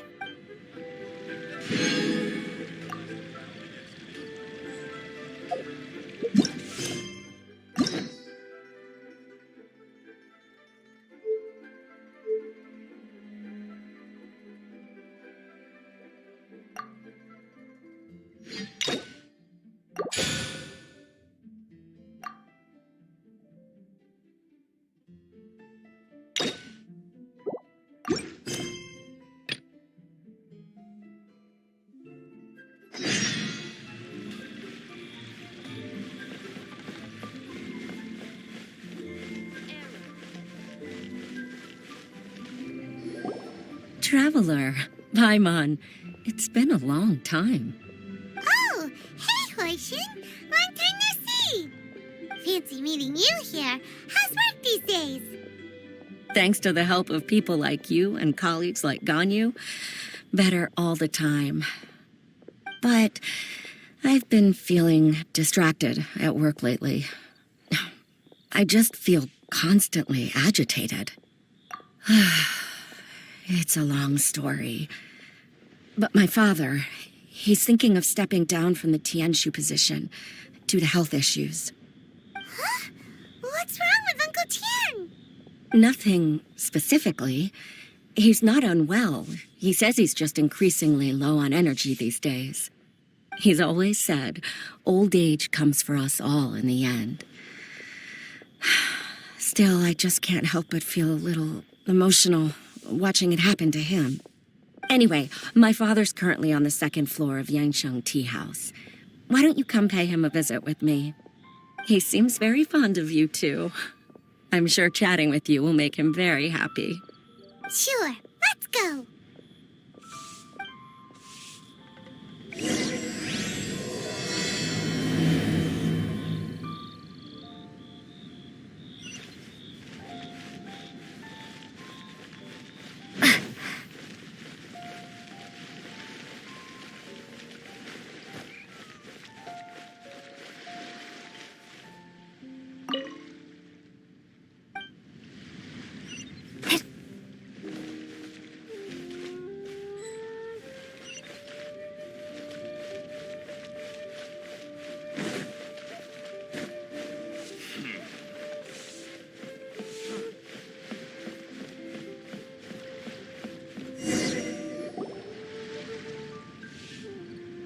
Uncle Tian, we're here to chat with you. Oh? What a lovely surprise. Welcome. Hoishin, why don't you go downstairs and get the shopkeeper to make us a fresh pot of tea?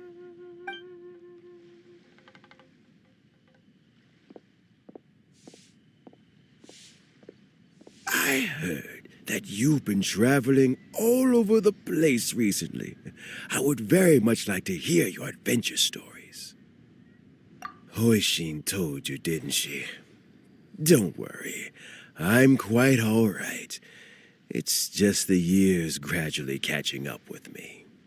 As I grow older, I'm starting to find that with many things, though the mind is willing, the flesh is weak. Especially recently, I've noticed a rather drastic drop in my energy levels. I am still very much in good standing as the Tianshu today. Nevertheless, I wish to pass on the position before my mental acuity begins to decline beyond redemption. How difficult is it to transfer the Tianshu position?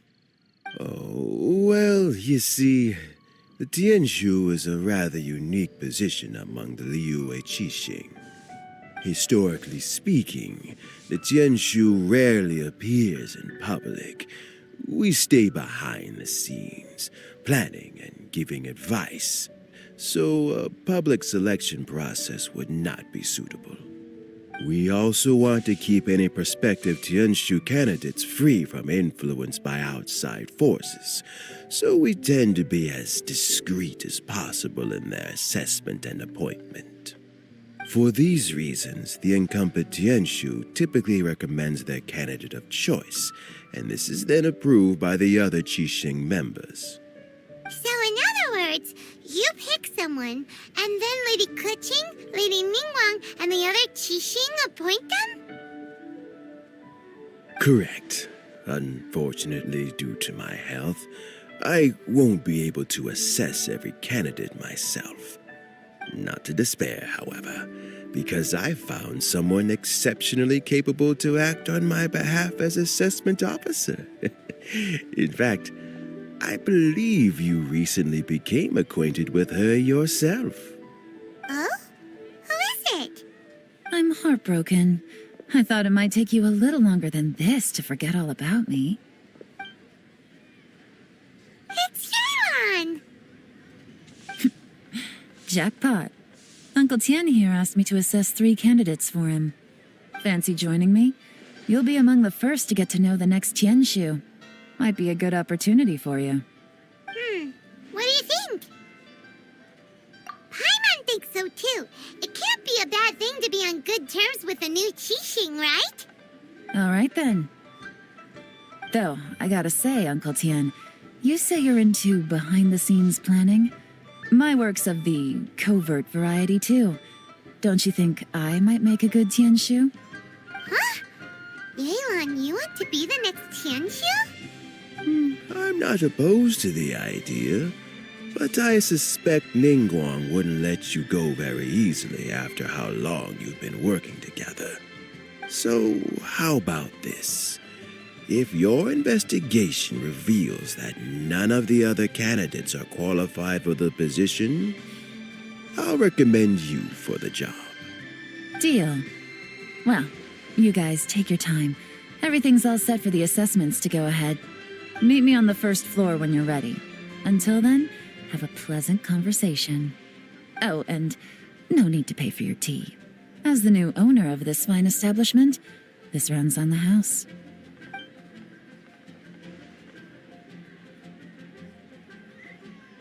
You're all set?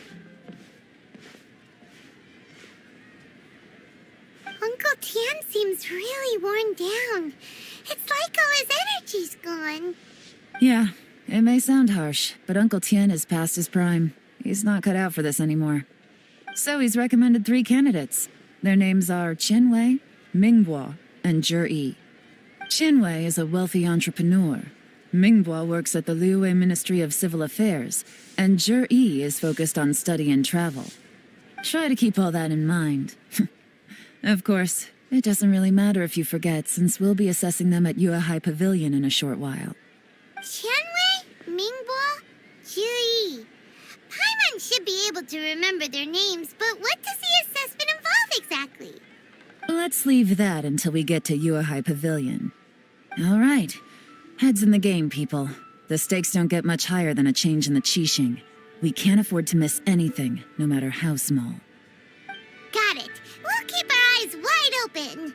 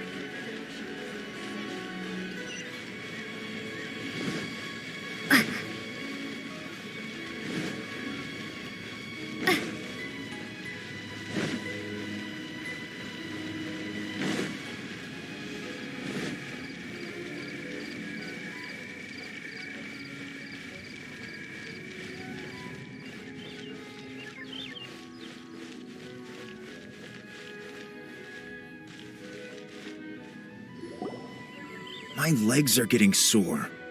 What is wrong with this assessment officer? This is a huge occasion and I don't even get a chair. I've dealt with all kinds of people in my time, but never have I been made to stand while I'm waiting for an appointment. Oh, I mean, I think it's fine. That's called being complacent. If you're happy to just accept the way things are, you'll never be able to change anything in the future. Oh, come on. That's just... Now you're just... being unreasonable. All right, you two. Let's not get into a big argument over this. It's not worth it. Qianwei, that was a bit uncalled for, and Mingbo, cut him some slack. We've all been standing around for a while. It's natural to be getting irritable. Look, how about this? There's no rule saying we're obliged to stand up while we wait, so why don't we borrow some chairs from the guild nearby? Fine. They're not the best quality chairs, to be sure. But under the circumstances, it would be better than nothing. It looks like all 3 candidates have arrived. We'll meet them formally soon. Before that, let me run you through the assessment process. I've split it into 2 stages: current affairs and planning, and face-to-face interview. In the first stage, candidates are required to submit a manifesto for Liyue's development. In the second stage, we will ask them some questions in person. Writing a manifesto takes time, so I informed them of this requirement in advance. These are the reports they submitted. Wow, one of them is really thick. It's also worth mentioning a stipulation I gave them. Whoever is appointed as the new Tianshu will be expected to implement their plan as put forward in their manifesto. Failing the occurrence of some cataclysmic event, they will not be permitted to change their plan. Therefore, these 3 piles of documents in front of us represent where each candidate stands on key policy issues. There's still some time.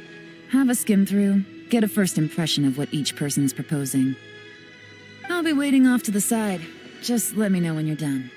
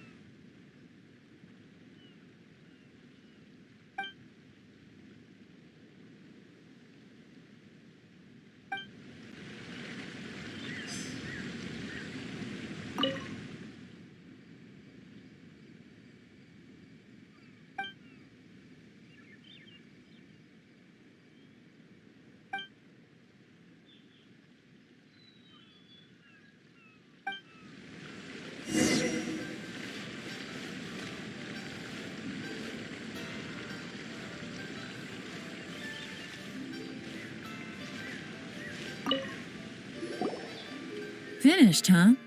What did you think? Everyone took it very seriously. Of course they did. They have the chance to be picked as the new Tianshu, so you can bet they're putting their best foot forward. And keep in mind, whoever gets in has to execute their plan as written. Nobody wants to have any regrets. That's for me to know and you to find out. We can talk more after the interviews. We'll see the candidates now. Let's do one at a time. Start with Chenwei. Yes, ma'am.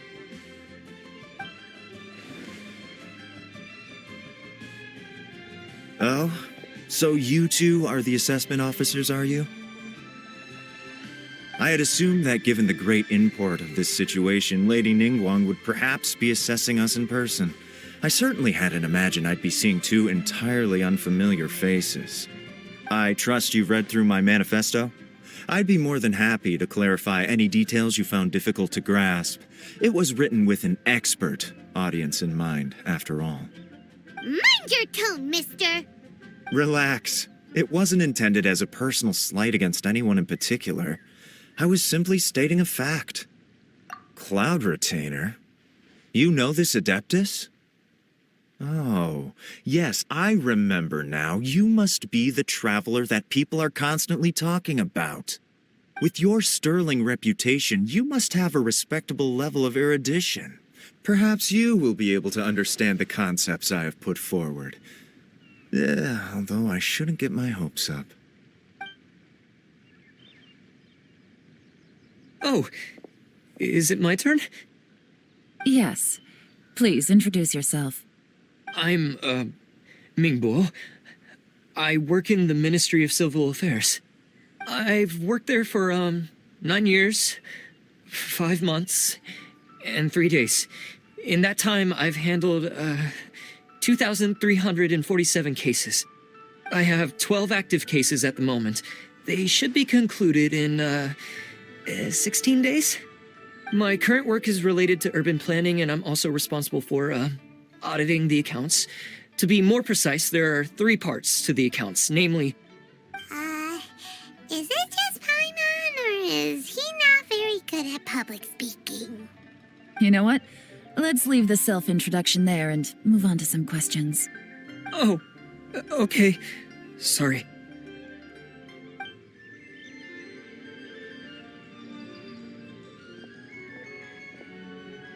Hello. Not gonna lie, I'm feeling a little nervous. What would you like to know? You're here to assess me, so ask away and I'll answer your questions to the best of my ability. Your manifesto is very wide in its scope, but you don't seem to be personally involved in many of the specific fields. How can you be sure that you have the ability to put your plan into action? Very fair question. I completely understand where you're coming from. But I'm confident in my plan. I've visited many different places, talked to lots of people with far more expertise than myself, and my manifesto is the conclusion of these efforts. Of course, 2 different problems can be interconnected in very complicated ways, and you might reach 2 very contradictory conclusions depending on which one you're focusing on. What I've tried to do is strike a balance. In other words, present an optimal solution to all the problems as a whole. How do you plan to determine whether you are right or wrong about your proposed solution being the optimal one? A great question. Well, I'd start by having my colleagues and the secretaries of the Yuehai Pavilion evaluate any proposals before implementation. Post-implementation, it would all come down to the results. If it turned out that my judgment was to blame for poor results, I would take responsibility. Nice answer. All right, next question. He seems like a great guy. Everything he said was thoughtful and logical, and he was... Here's my take on what we just learned. As you saw, Qianwei is highly knowledgeable. He proposes many excellent ideas in his manifesto which effectively target the big issues. But he is very proud and incredibly stubborn. He doesn't care much about other people's feelings. Mingbo's plan is more thorough and more measured. You can tell he's meticulous in his work, very detail-oriented. But he and Qianwei are otherwise polar opposites. Mingbo is not very articulate and comes across as very timid in conversation. Perfect summary! Paimon couldn't agree more! You're good at this, Yuan. Last but not least, Zhi. His manifesto is full of pertinent details, his methodology is sound, and his proposals cover a broad range of fields, which is quite a rare feat. The depth he goes into in each and every area means it can only be a product of painstaking work. Plus, he is modest and good at dealing with people. But what really interests me is that many of his views happen to coincide with Uncle Tien's. Having someone like Zhi take the position would certainly put Uncle Tien's mind at rest. Great! We'll see. Let's go back and report to Uncle Tien.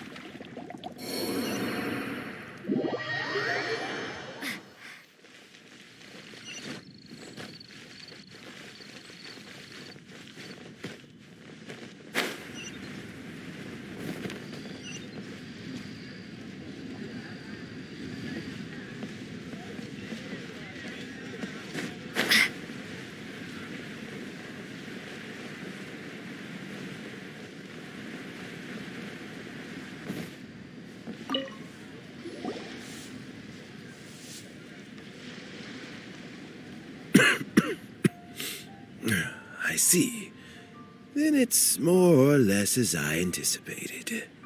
All right, then let me ask this. The ideas in Jur-E's manifesto are very similar to your own. Is there any particular reason behind this? Oh, I didn't want to say anything when I gave you the list of candidates, for fear of affecting your judgment. But I can tell you now. Those 3 candidates have all studied under me in the past. It's only natural that they share some similarities with me. But Xian Wei went on to focus on his business, and Ming Bo has always been occupied with his work at the Ministry of Civil Affairs. Of all of them, Juri was with me for the longest duration. Whoa! So how did you get to know them all, Uncle Tian? Chen Wei was referred to me by an old friend. Ming Bo came to my attention in the course of my work. As for Juri, that was pure happenstance. We first met while fishing. Gradually, as we got to know each other, we started discussing all sorts of topics. Juri came from a poor family, and his parents died when he was very young. But he was a gifted student and a fast learner. He reminded me of a younger version of myself, so I started out giving him a few words of advice when we were out fishing and noticed how quickly he got on. Quite. And now, all of a sudden, he's grown into a mature young man. It's a joy to see, but it also gets one thinking. The young are growing up, and I am growing old. How time flies. No one can escape the cycle of life. I don't know, Uncle Tian. You still seem in pretty good shape to me. You might have another few years of work left in you, don't you think? Oh, you. There's really no need to console me. Having less energy than I used to isn't such a bad thing. It just means I finally have a good reason to retire and spend my days doing what old men like me should be doing. Going fishing whenever I feel like it. Sounds like you sure love fishing, Uncle Tian. Ooh, there's nothing quite like fishing to pass the time. Ooh, and freshly caught fish, they make the most beautiful fish soup with barely any preparation required. Fresh fish soup. Sounds tasty. Doesn't it? Also, some time ago, Juri purchased a very special recipe from an old fisherman. When we've been fishing recently, Juri always brings some extra ingredients he prepared in advance. Oh, the addition of these makes the soup taste even more wonderful. That flavor makes for a fond memory. But it might... Oh, can Paimon come next time too? Paimon really wants to try it. Let's get back to the matter at hand. Uncle Tian, we've reported back. Do you have a verdict? I appointed you as the assessment officer, and I trust your judgment. Had you not asked me why Juri's ideas were so similar to mine, I was not going to mention my history with any of them. This decision must be guided by what is fair and right. Please disregard all other considerations and make your final decision only after a thorough review of each candidate's talents and capabilities. Remember, you must be thorough. Understood. Come on, let's go talk somewhere else. Bye-bye, Uncle Tian. Look after yourself.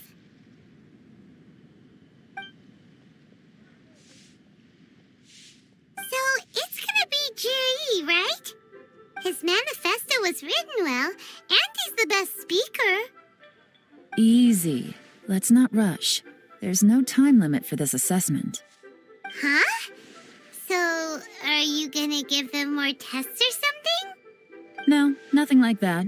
The assessment itself is complete. But let me give you a word of advice. Things are not always as they appear. The biggest no-no in intelligence work is to only get information from the person of interest themselves. The truth is almost always hidden beneath many layers of deception. You have to get information through many different channels. For example, Wenyuan, Shanghua. Yes? Lady Yelan, what are your orders? Ugh! Who are they? Where did they come from? Did they scare you? These two are Wenyuan and Shanghua. They work for me. As my trusted assistants, they are always standing guard nearby. They also perform various assignments as required. Shanghua is a business expert who gets his information by trading. Wenyuan relies on word of mouth. And there's also Upei, who's not here right now. That meathead must have been out there on sea surveillance for some time now. Is he all right? I seem to remember that he can't swim. Nothing can take that guy down. Certainly not a little wind and waves. Shanghua, visit all the commerce guilds and look into Qianwei's background. Wenyuan, go to the Ministry of Civil Affairs and look through Mingbo's work files. Yes, ma'am. So what about Juri? Juri, well, obviously as the most promising candidate, we will be investigating him ourselves. Let's go to the docks first. Lots of people passing through there. You can find out all kinds of things. If we're looking for information, why don't we try talking to Bulai, the owner of Wanyu Boutique?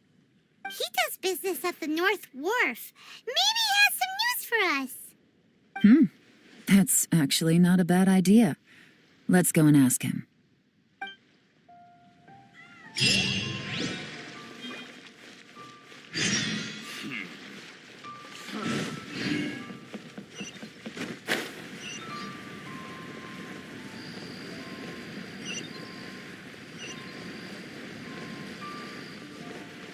Huh?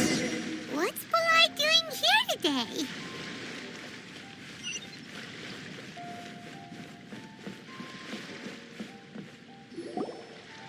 Look, your asking price for this batch is just too high. I can't buy in at this price. How am I supposed to turn a profit? Come on, hear me out. I'm telling you, this is the single best batch of Sunsetias ever. You won't find anyone who disputes that. I accidentally dropped one into a well, and even the water turned sweet. Even so... All right. I'll let you in on a little secret. The boss of Second Life also wants to buy from me, but I haven't responded yet. If you won't take him, I'll just have to partner with them instead, and neither of us wants that.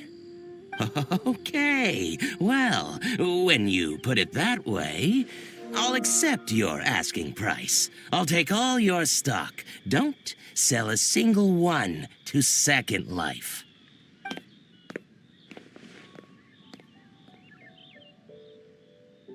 Oh, what are you doing here? And to be clear, these Sunsetias are mine. I got to them first. Don't get any ideas. Actually, we wanted to ask you about a guy called Juri. Have you heard of him before? Juri? Yes, he's quite well known. I've heard a story about him. They say he was born into poverty.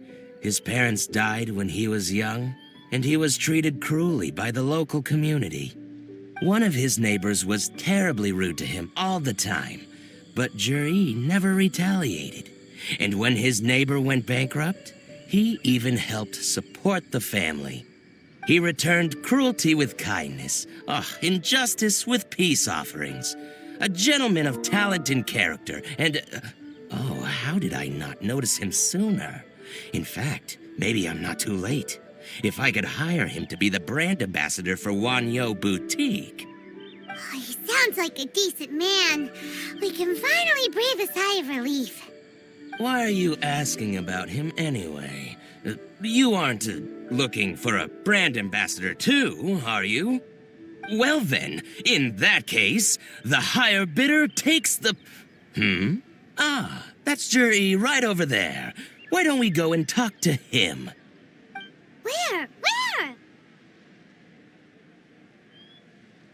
It's him, all right. Looks like he's chatting with Lin Long. Come on, let's follow them and listen in. Try not to let him see you. We want this information to be as truthful as possible. I'll just go and fetch an employment contract. And hey, don't try and cut me out of this. Hey!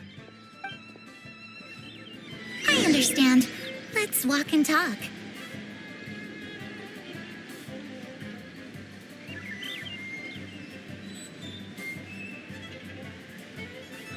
So, you're looking to buy a wineware set? Oh, now I can see that you're a connoisseur, so I won't bother trying to con you. I trust you understand our shop quite well?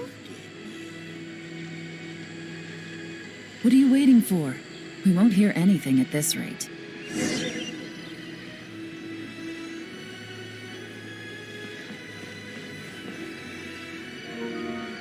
Try not to let him see you.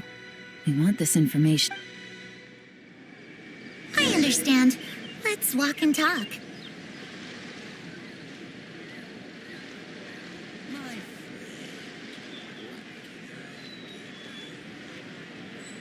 So, you're looking to buy a wineware set? Oh, now I can see that you're a connoisseur, so I won't bother trying to con you. I trust you understand our shop quite well?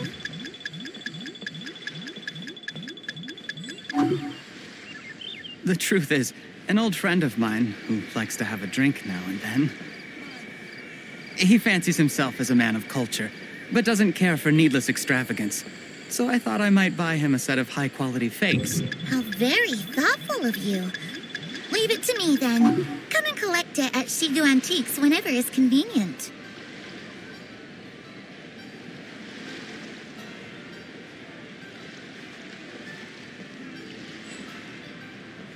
Thank you very much, Miss Lin Long. It's my pleasure, Mr. Juri. These days, it's quite rare for someone of your standing to still keep up with their old friends. It's nice to see. I'll be sure to pick out a good set for you. You can count on me.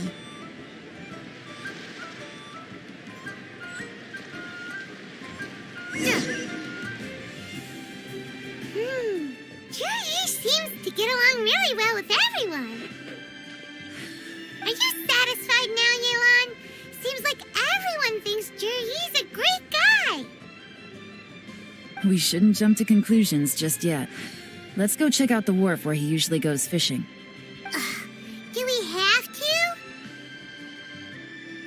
Wait, you're not just trying to dig up some dirt on Juri because you want to be Tianchu yourself, are you? Maybe I am. Maybe I'm not. But hey, if I do become Tianshu, I'll look out for you guys. You'll be able to try all the finest food for free. How does that sound? We will? Well, come on! Off to the South Wharf we go!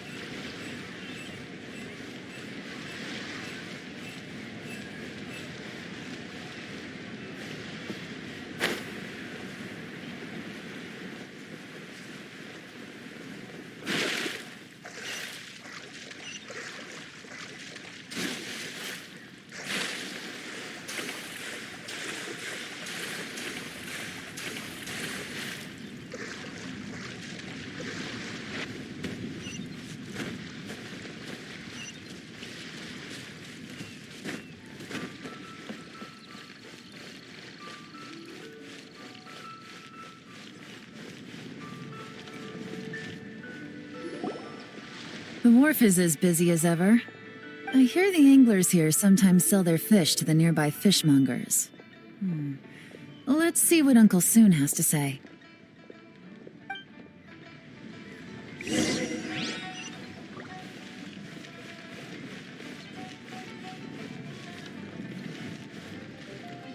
Welcome. What would you like to buy today? Sorry to interrupt. We're actually members of the, Liyue Anglers Association, and we just wanted to ask a few questions about someone. We've heard about this young man called Jur-E, who's supposed to be a fantastic fisherman. Just wondering if you happen to have heard of him? Whoa! Yeon made up a whole fake identity without batting an eyelid! Ah, yes, Juri. He's been making quite a name for himself recently. I've got some friends who travel all over the place, and they tell me everywhere they go they meet someone who's heard of him. Apparently, he had a rather tough time growing up. Had to work several jobs alongside his studies to make ends meet. How does that saying go? What doesn't kill you makes you stronger. Well, if there's anything to that logic, he's sure to be phenomenally successful one day. Yeah, we think so too. But I'm afraid your Anglers Association might be in for a disappointment. Oh? Why's that? He's good at a lot of things, but fishing isn't one of them. He fishes at the wharf and sells what he catches to me on occasion. His catches are always mediocre. Not terrible, but equally nothing to write home about. If you're looking to recruit some new members, though, I do know a few top anglers I could put you in touch with. That sounds fantastic. I've got a couple of other things to attend to right now, though, so why don't I come back some other time and we can chat over a drink? Sure thing. See you. Everywhere they go, they meet someone who's heard of him. Come on, let's keep asking around.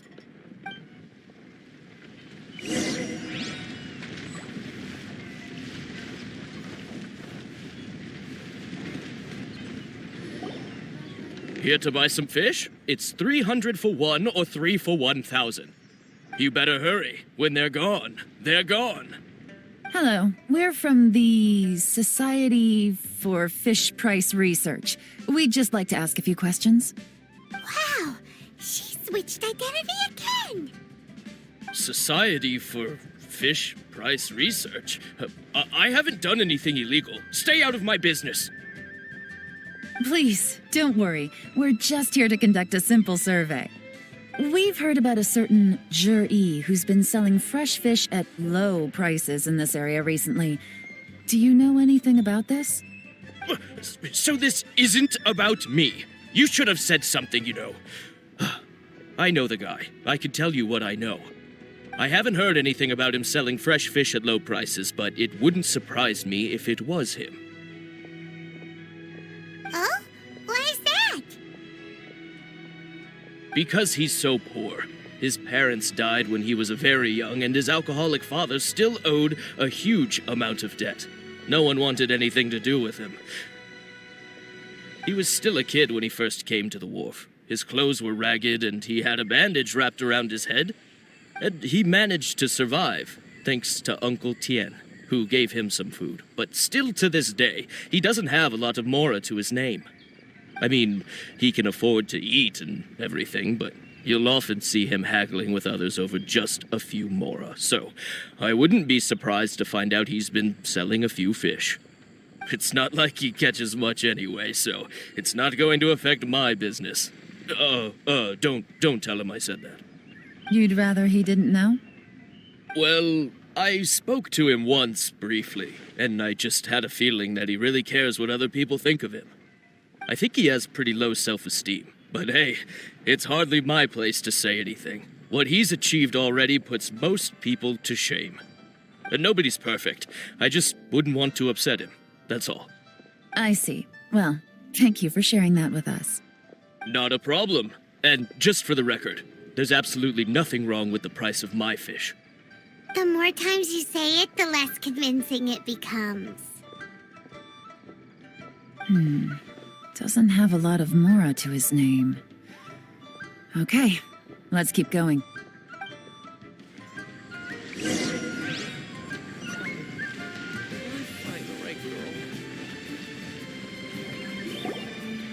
Hey, it's you guys!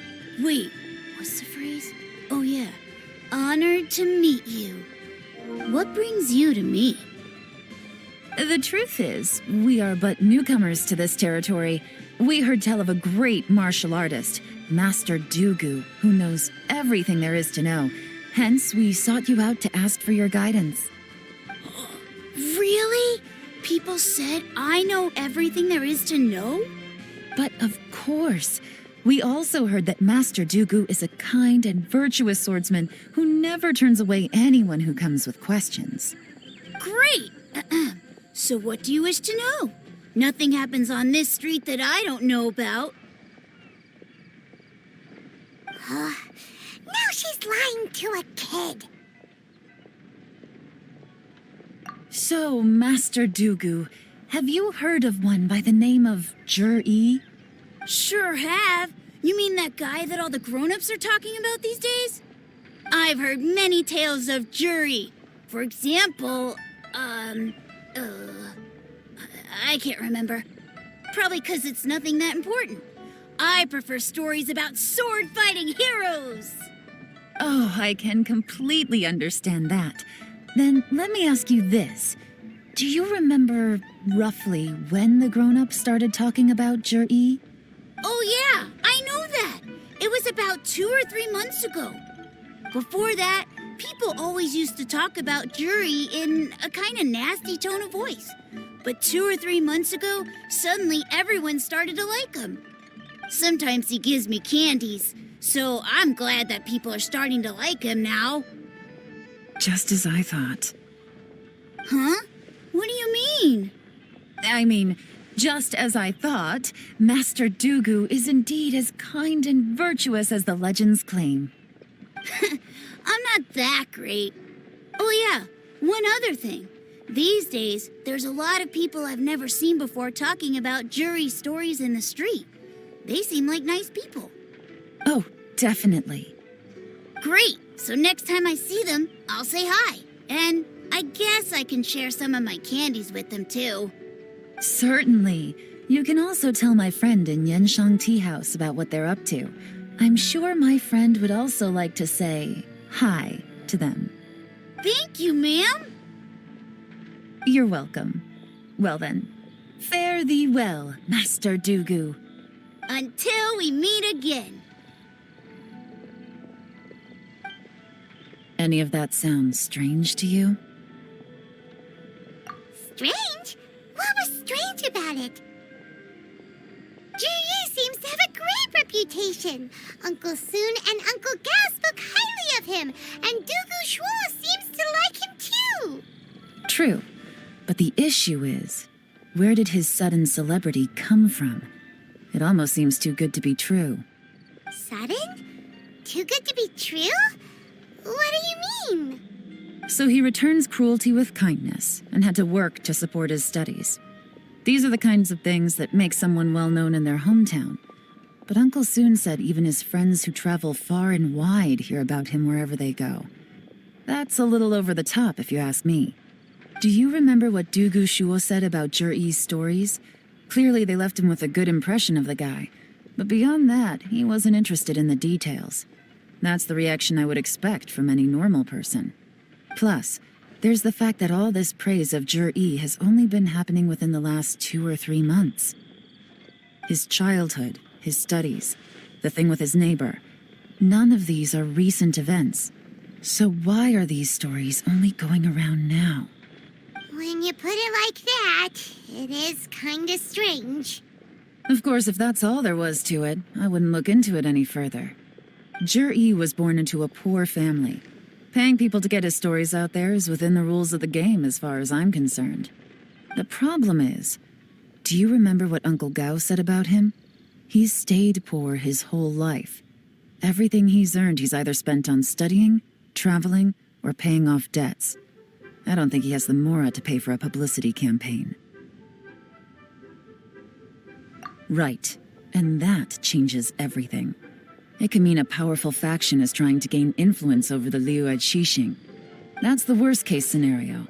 But all too often, the most pessimistic speculation turns out to be closest to the truth. Someone's trying to gain influence over the Qixing? That sounds serious. What should we do? Even if we asked Juri about it, surely there's no way he'd admit it. First, we need to find out who's supporting him. Don't worry, I've got a plan. Remember the current affairs and planning stage of the assessment? Since the successful candidate is duty-bound to implement their plan after taking office, Their manifesto tells us their stance on key issues. Whoever is secretly helping Jur-E must be seeking to benefit from his actions after his appointment. So, we should be able to find some hints in Jur-E's manifesto on who we're dealing with. Come on, let's get back to Yenshang Tea House.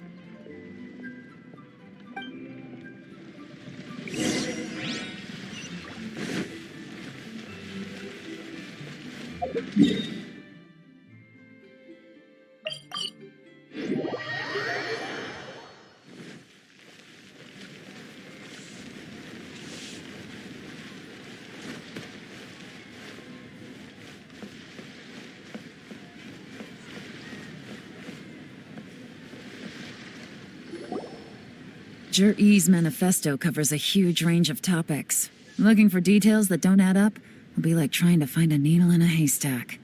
I'll divide the reports into 2 piles. You take one, I'll take the other. When we're finished, we'll put our heads together. Officially, the assessment is already over, and I'll be expected to announce the results before long. So we have to get to the bottom of this as quickly as we can. Yikes! We'd better hurry! Whatever else Uncle Tian might think of Jur-E, the fact remains that he's one of his favorite students. Any evidence he's left is not going to be immediately obvious.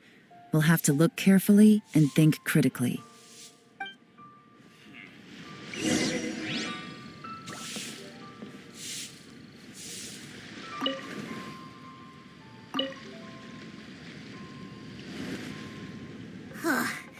Even though Yelan took half, this is still a lot to get through.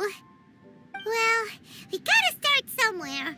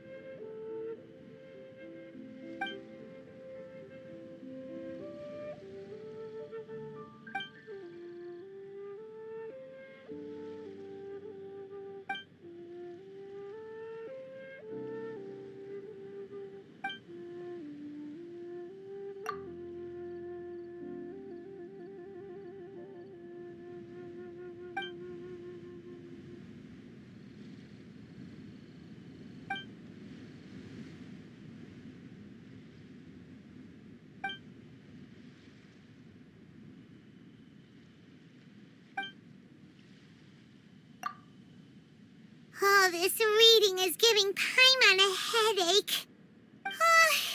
Let's take a break.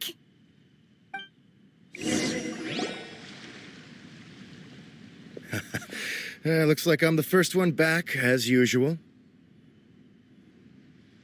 Oh, hey! It's one of Yelan's little helpers, Shanghua! If you're back, that means you finished investigating Tianwei, right? You betcha. I visited all the commerce guilds and gathered a wealth of information. Every time they asked me to leave, but I always had another trick up my sleeve. Don't drag this out. Just tell us your findings.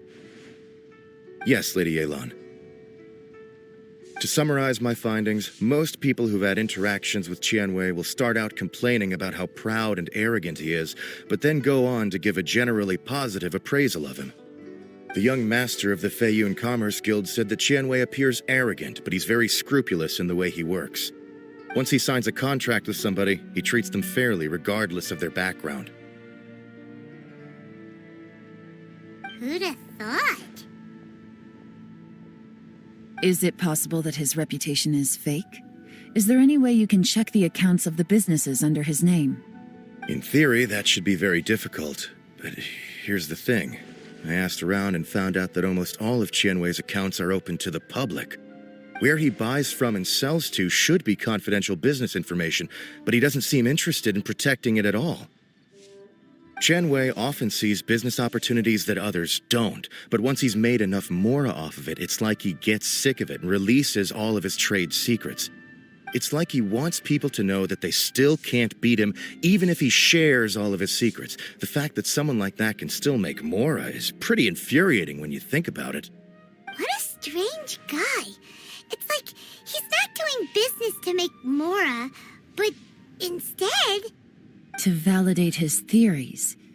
No wonder his manifesto contains so many insights. It's all the result of his first-hand experimentation. I'm back! Huh? How come you're here? Why do you think? Obviously, because I possess superior skills and am always one step ahead of the competition. Well, when you're the competition, at least. You... Whatever. I'm not getting into an argument with you. If I hadn't had something else to take care of on the way, I would have been back long before you. Lady Yelan, I have finished investigating Mingbois. Well, we're all ears. The Ministry of Civil Affairs says that Mingbois struggles to get his words out when he gets nervous, especially when he's chatting with strangers. But after a few days of getting to know him, you can pretty much have a normal conversation with him. On the whole, the feedback from the Ministry of Civil Affairs was very positive. He always considers the things that everyone else overlooks. In your opinion, was the Ministry of Civil Affairs' appraisal of Mingbois at all exaggerated? I don't believe so. Mingbois is someone who has slowly but surely earned the reputation he has today. According to Miss Yu, the ministry often gets Mingbois to take a final look at projects before they're implemented. People feel much more confident in something if it has his stamp of approval. Oh, and also, there was once someone in the ministry who was lying and cheating to try to advance their career. Mingbois gave them the scolding of a lifetime. Apparently, he can be terrifying when he loses his temper. I haven't seen it for myself, though. Whoa, that's hard to imagine. Like I said before, things are not always as they appear. Ah, so that's what you meant by that. Paimon's starting to get it now. Thank you both. You're free to go now.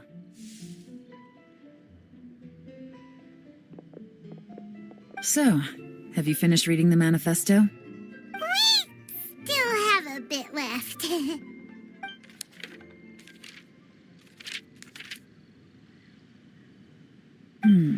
I can't see any immediate problems looking at the individual entries.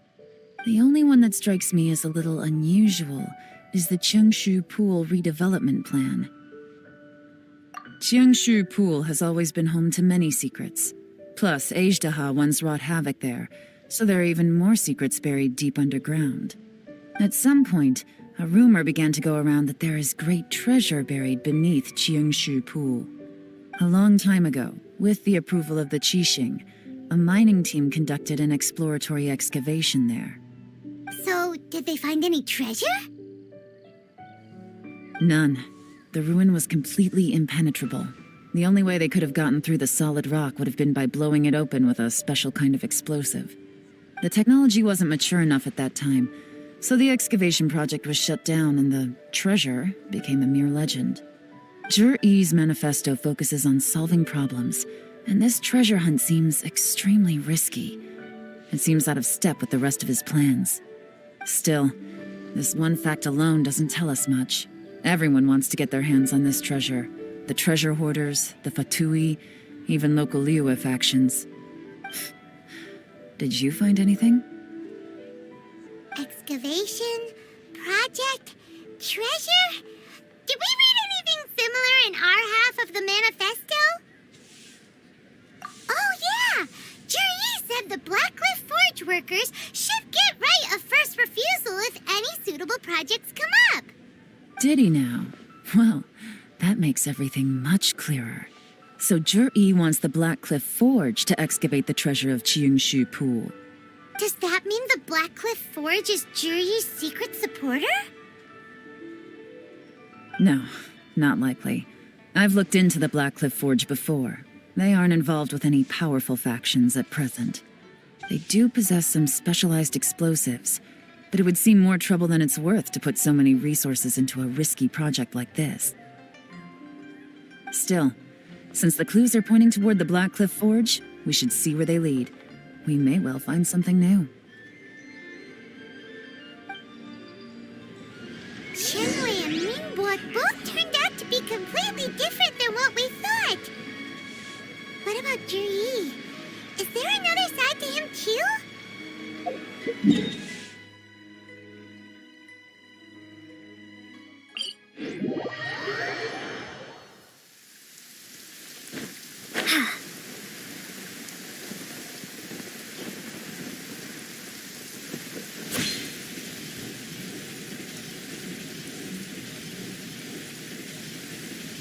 This is the Blackcliff Forge.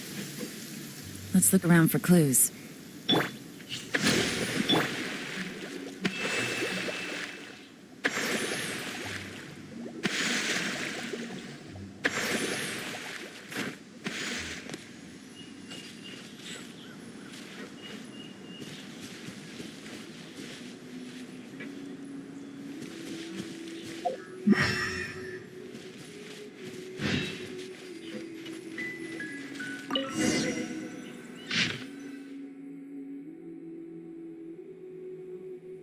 What's this?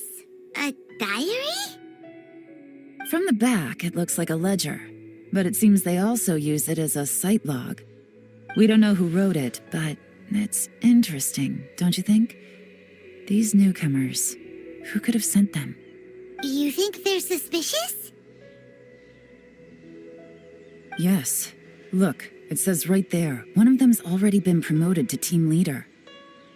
At this rate, by the time the Qingshu Pool redevelopment plan is ready to roll, they'll be the technical backbone of the team. That'll give them the chance to take a lot of liberties. They can copy any secret texts or steal any treasure they find underground. Imagine if we didn't suspect anything. By the time Jur-E recommends the Blackcliff Forge for the excavation project, at most we would maybe do a fresh background check on the place. No red flags if all they did was change some key staff. And even if we decided to vet the staff individually, they'd have had more than enough time by then to come up with fake identities. That's the advantage of planning this far in advance. It was a clever move. When you put it like that, it all makes sense. If we hadn't found this out, someone else would have stolen the treasure. So, who's really behind all this? That's a question for the newcomers. But let's start with that worker over there for now.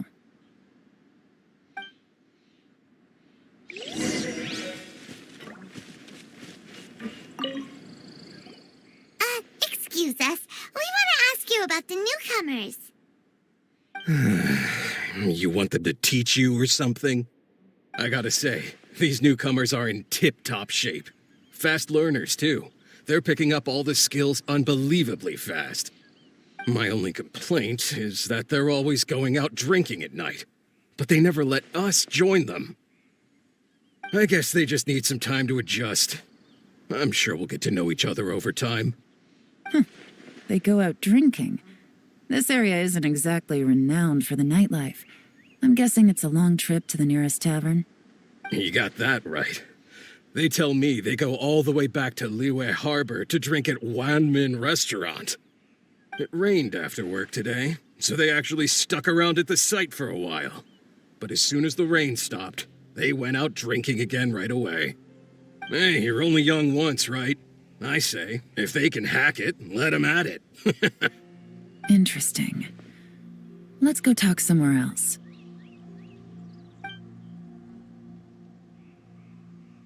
Looks like our hunch was on the Mora. These newcomers are very suspicious. Drinking in Liyue Harbor, huh? Some cover story.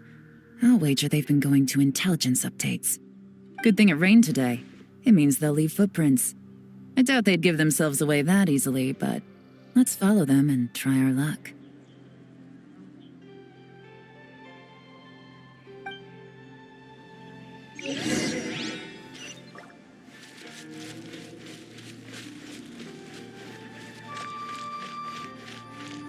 They went that way! Hurry, we gotta catch up!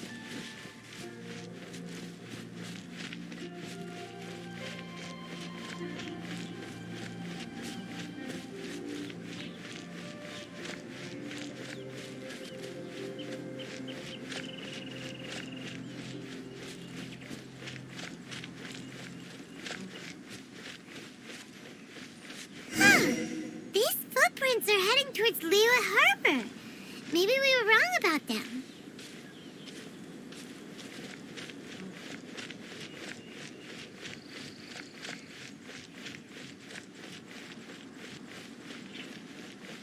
Just as I thought. They didn't go to Liyue Harbor. They went that way.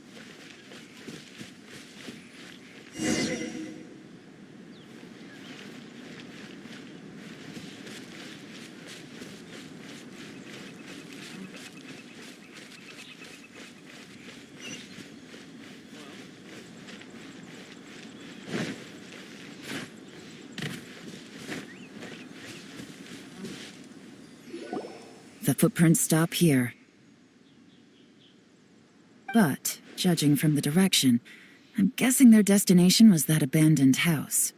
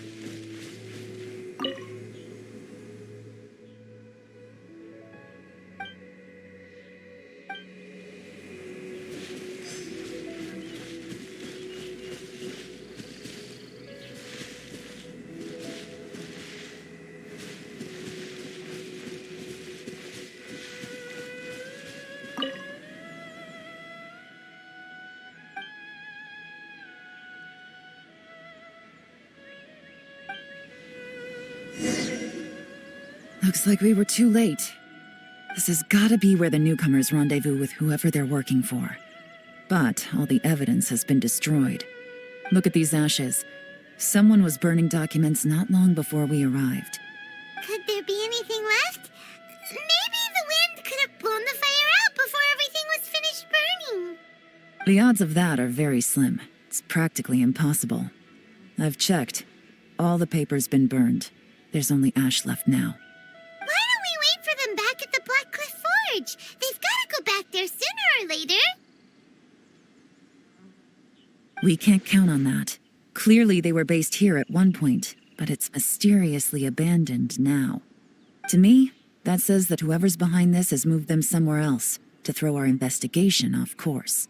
Darn! Guess this is where a trail runs cold. Make no mistake, the purpose of our trip wasn't to find any solid evidence. We just need to figure out who's behind Jur-E. I smelled something peculiar the moment I came in.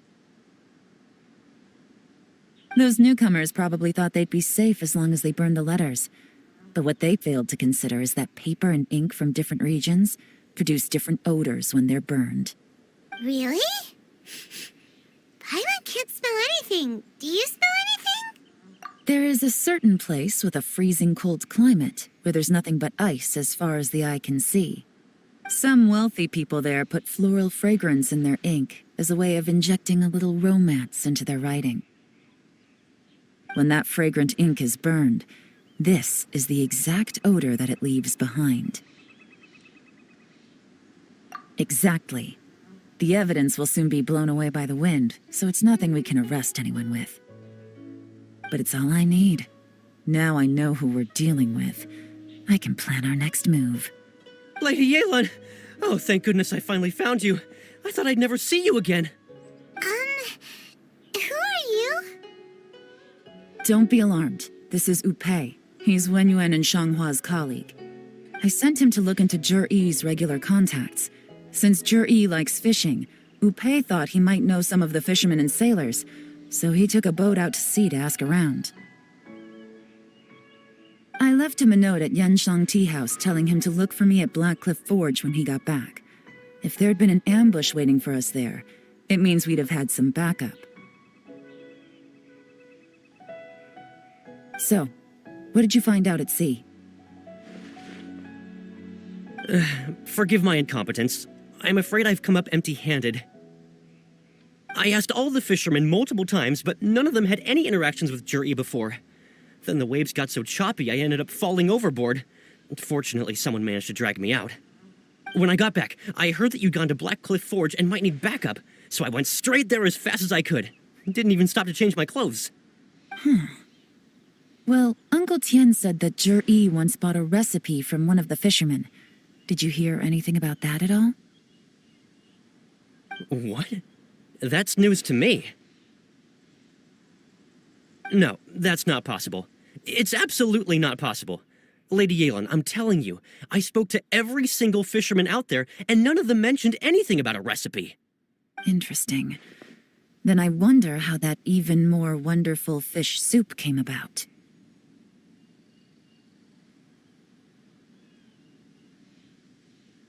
Fish soup? What fish soup? Nothing. Our priority right now is to find a way to get our hands on some solid evidence.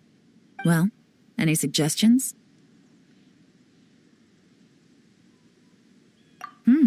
Not a bad idea. Upe, what do you think? Honestly, I've already tried following Zhi, but the guy's too cautious. Never meets with anyone suspicious. Okay, so tailing's out. No, we'll still need to tail him. But first, we need to do some groundwork. Groundwork? When you've worked in intelligence for a long time, you'll understand that no one can stay on high alert forever. Especially when he thinks he's about to win. Tomorrow morning, I'll announce his victory at Yuehai Pavilion. Take a guess what you think he'll do next. Be sure to arrive on time. You won't want to miss the show.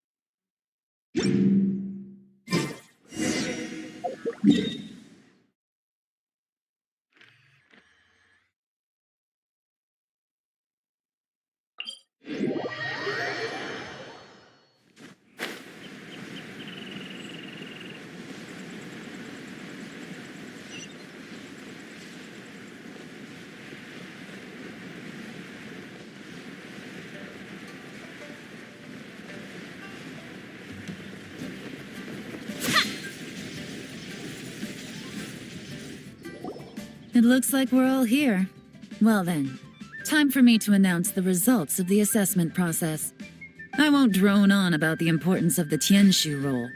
Suffice to say that Uncle Tien entrusted me with the monumentally important task of assessing the candidates. And now, it falls to me to give him a satisfactory answer. All of us here know the score. Don't beat around the bush. Just get on with it. Qianwei has many pioneering ideas, but some of his plans are lacking in detail, and he easily gets into testy exchanges with other people. Mingbo is reliable, but not quite ambitious enough, and because of his personality, he struggles to win people over. In contrast, Zhi is evenly balanced across the board and enjoys an excellent reputation in Liyue. After much consideration, I have decided to recommend Zhi to the Liyue Qixing. What? Oh, congratulations. Thank you. Honestly, I'm a little surprised to hear my name being announced. In my estimation, all three of us are worthy candidates for the Tianshu position. As your competitor, I've become keenly aware of your great talents. Would either of you entertain the possibility of working with me in the future and taking on some of my workload? I'll have to see. I'm in a bad mood. This is the last thing I want to be thinking about right now. I don't mind, as long as I can help. Okay, well, that's all from me. Zhi, you'll have some preparation to do. It won't be long before you're informed of your official appointment. I hope you will work hard and make Uncle Tien proud. I will live up to the Tianshu name. On this, you have my word. I should go. I need to pack my things, and then I think a celebratory meal is in order. Would anyone like to join me? Count me out. I'm not in the mood for a celebration. Juri seems pretty relaxed now. This would be a good time to follow him. Hey, traveler, tell me something. What exactly does that guy have that I don't? If you can't answer that, I'm not accepting this result. I, also wouldn't mind knowing. Oh no, if we get stuck here, we won't be able to leave. Follow him. Yes, ma'am.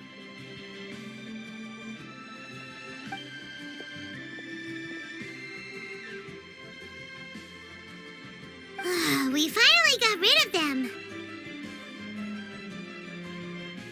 Lady Yelan, Juri has gone towards Feiyun Slope. Follow him, quickly. So Juri really sided with the Fatui? But Uncle Tian thinks so highly of him. Why would he do this? Difficult to say, but everything should become a lot clearer when we find him.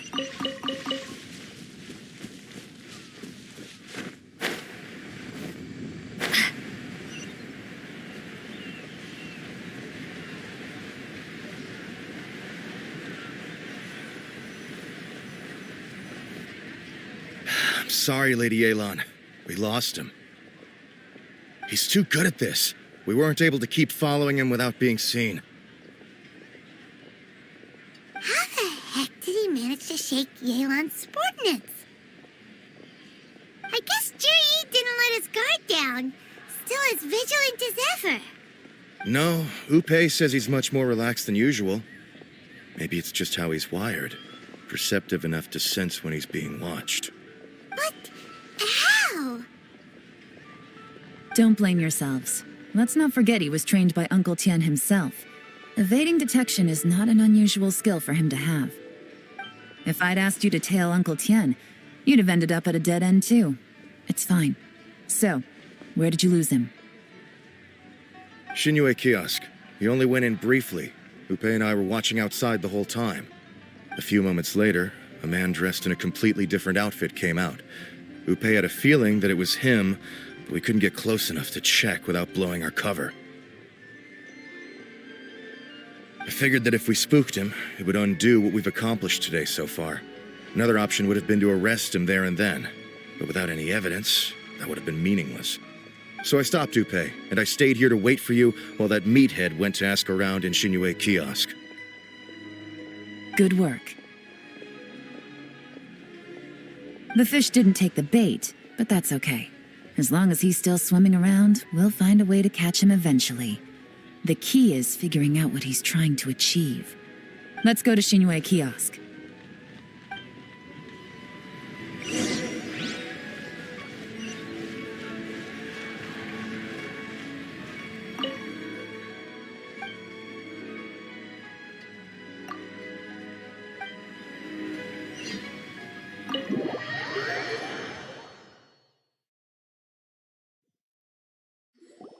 Could you explain to me how that works?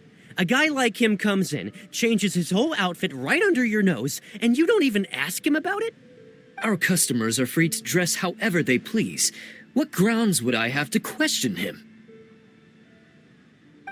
Okay, fair enough, but didn't you think it was just a little bit strange?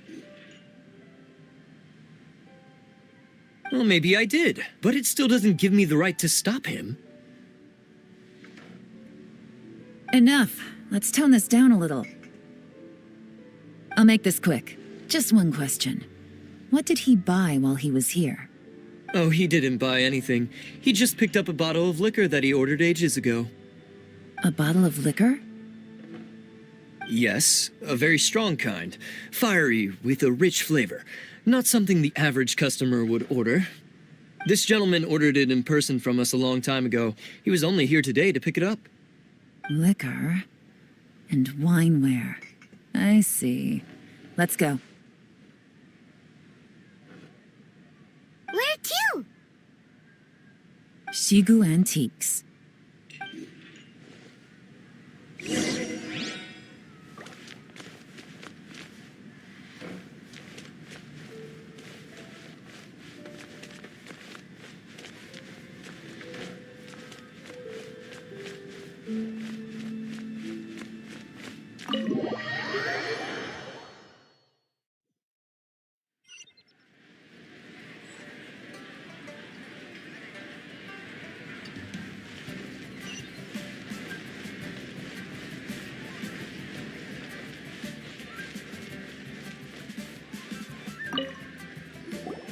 Hey, Miss Linlong. Sorry to bother you. Zhi ordered a wineware set from you not long ago, right? We're friends of his. He's been telling us how impressed he is with the quality, considering how affordable it was. So we just had to come and take a look for ourselves. Sure. Which model are you looking for?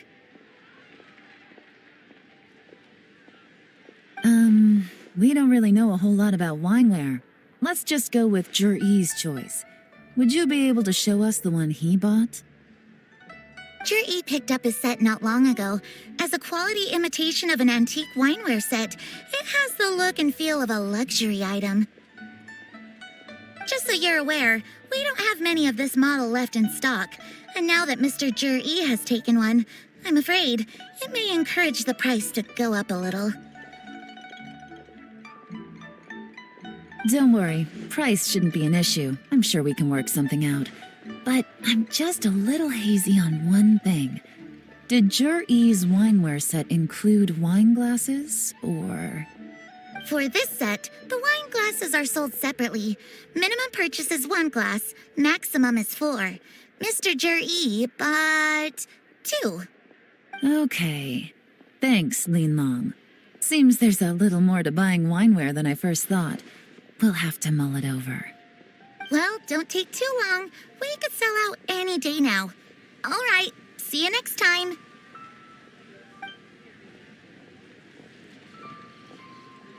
This is turning into a real headache. I'd just like to point out that we have the self-professed Grand Master of Fieldwork here to thank for being wholly incapable of tailing an ordinary civilian without being seen. It's not like you did any better. My specialty is information trading, okay? I don't have the physical agility. What's your excuse? Fair point. Yelan, so has the plan failed? Oh, if we can't figure out where Jerry went, there's not much we can do. But why was he buying liquor at Shinue Kiosk anyway? To celebrate? If so, it's no ordinary celebration. What do you mean? First of all, Zhi isn't much of a drinker. On some level, he hates alcohol because of what it did to his father. If he was just looking to celebrate by himself, he wouldn't spend his meager savings on an expensive bottle of alcohol, let alone buy a pair of special wine glasses. No, this is a victory feast, held in honor of Zhi's private sponsor.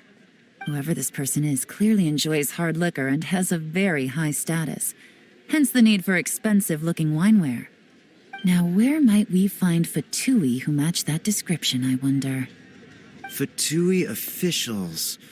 Should be either the Snezhnayan Embassy or the Northland Bank. Have both locations surrounded. Take as many people as you need. Lady Yelan, is it time for us to make our move? If so, you can count me in. Get with the program, would you? This is a covert surveillance operation. Zhi may be vigilant, but that doesn't mean the same is true for his drinking buddy. In which case, we don't need to change tactics. Just change who we're following. Great idea! So we just need to find out who Jerry bought that liquor for and follow them instead! But Lady Yelan, if we get caught, this could become a major diplomatic incident. I'm well aware, but don't you see? Zhi is gambling everything on this. If we really want to catch him, we're going to have to accept a little risk ourselves. Stick to your orders, and make sure we're covering all other bases too. Anywhere else Zhi might be going. I want eyes on those locations. Yes, ma'am. Don't worry, Lady Yelan. Zhi may be a slippery character, but we'll keep a close watch on the movements of all Fatui officials. I'll be waiting for you at the tea house. If I'm guessing correctly, Fatui officials are likely to take action at night. You should go and get ready, then meet me at Yensheng Tea House.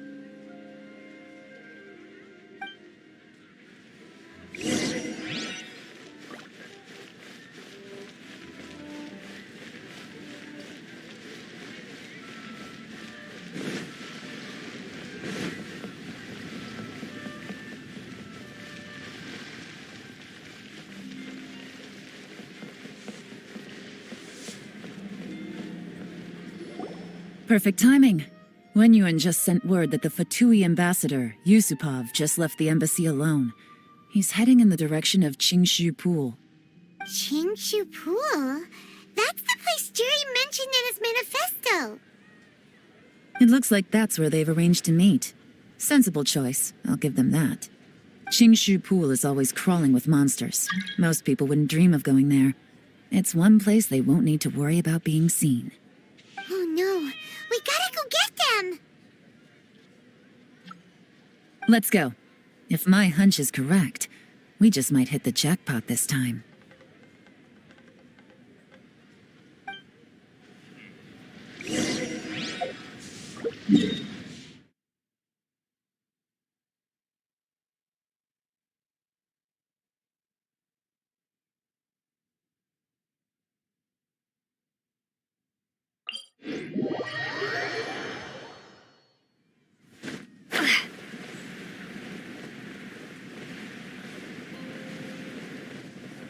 This is Qingshu Pool, full of ruins, crawling with monsters.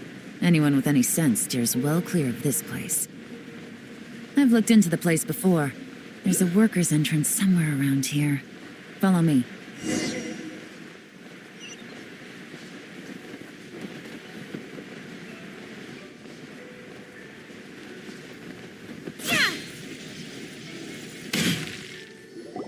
There's been some work done on this place in the past, but it's a bit of a labyrinth inside.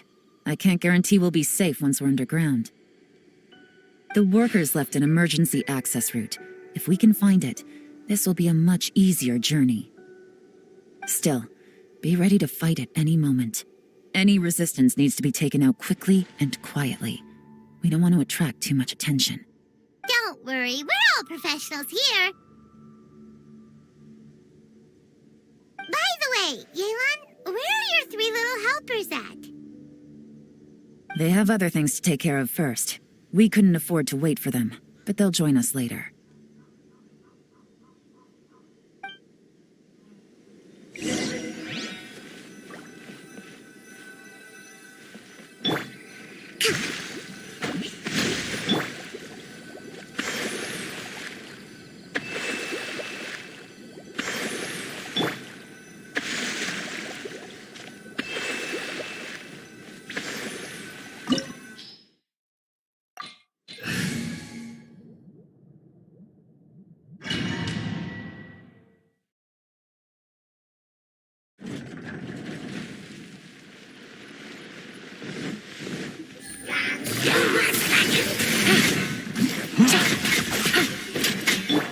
Shine down! Hold the line! Gotcha! Here comes the catch! As I expected, but this shouldn't be too much trouble.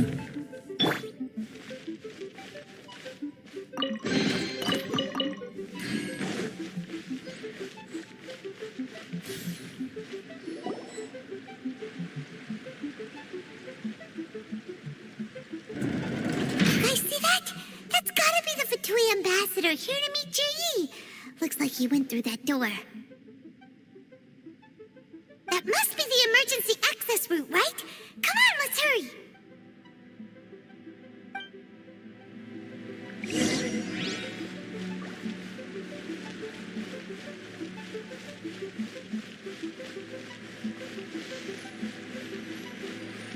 This is the construction workers' emergency access route, but it's closed tight. Trying to break through would be risky. Let's see if we can find another way.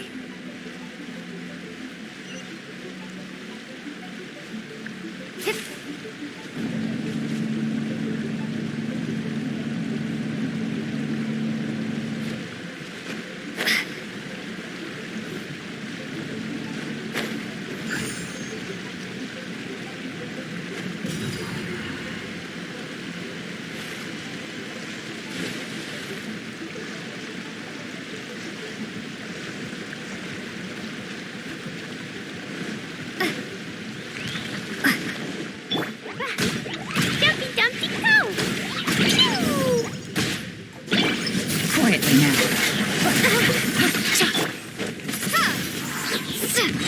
Game's up. Fun's over. Throw them all up!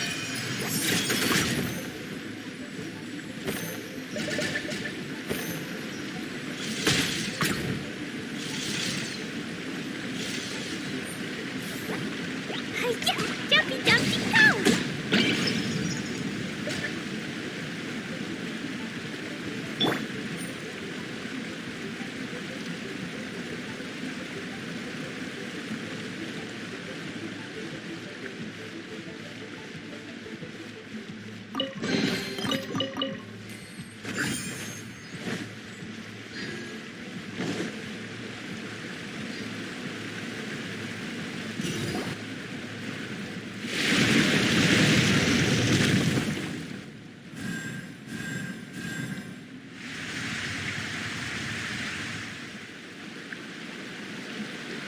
The water's gone down. Hey, look! Is that another way through?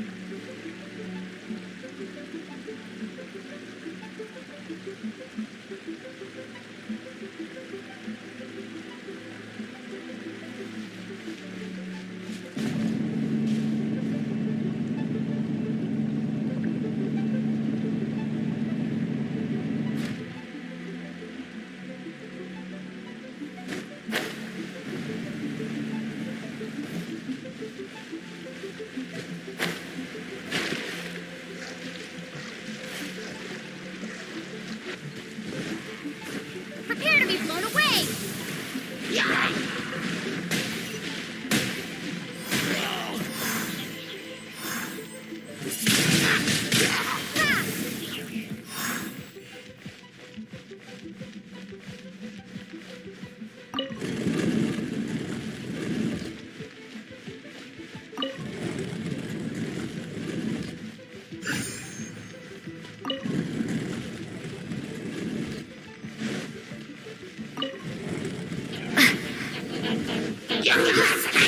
Windblade!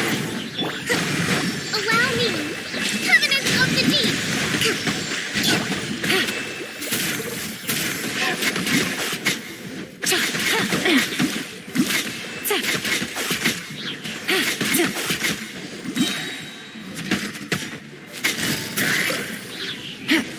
Here comes the catch.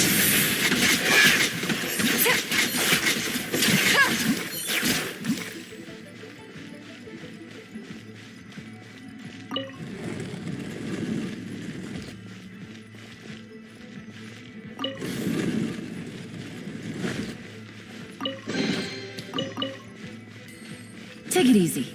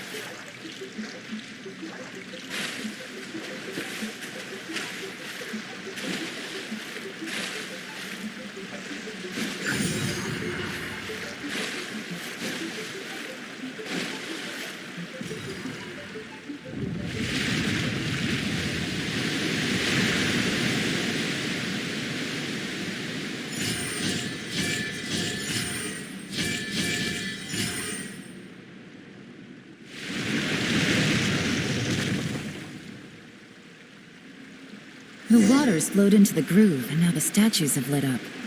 Okay, now we should be able to move the statues.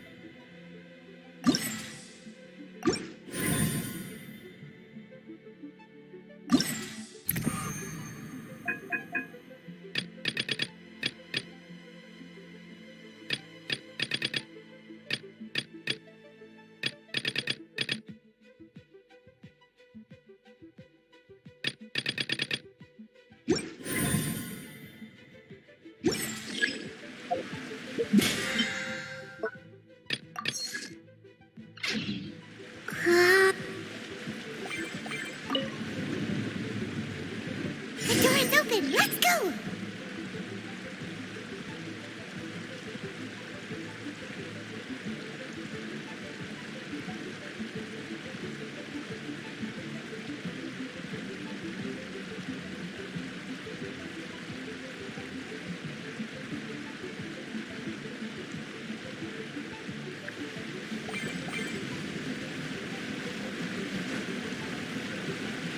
We should be nearly at the bottom now.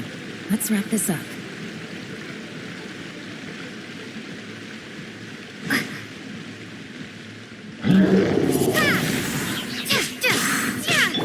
Boing, boing, boom!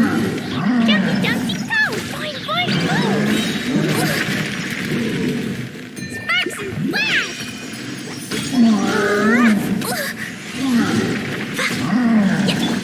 Rust and rebuild! Torn to oblivion! Illusion shattered!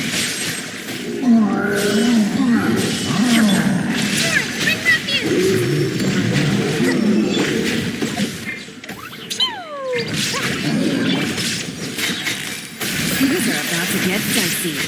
Quietly now.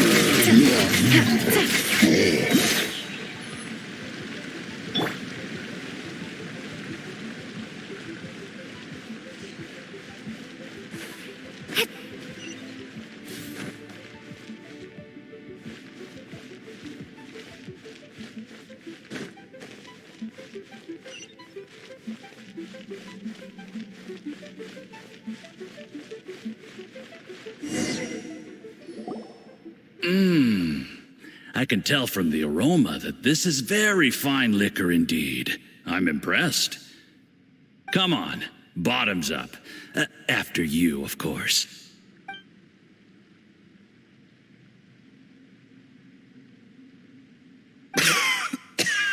Oh, sorry, that went down the wrong way.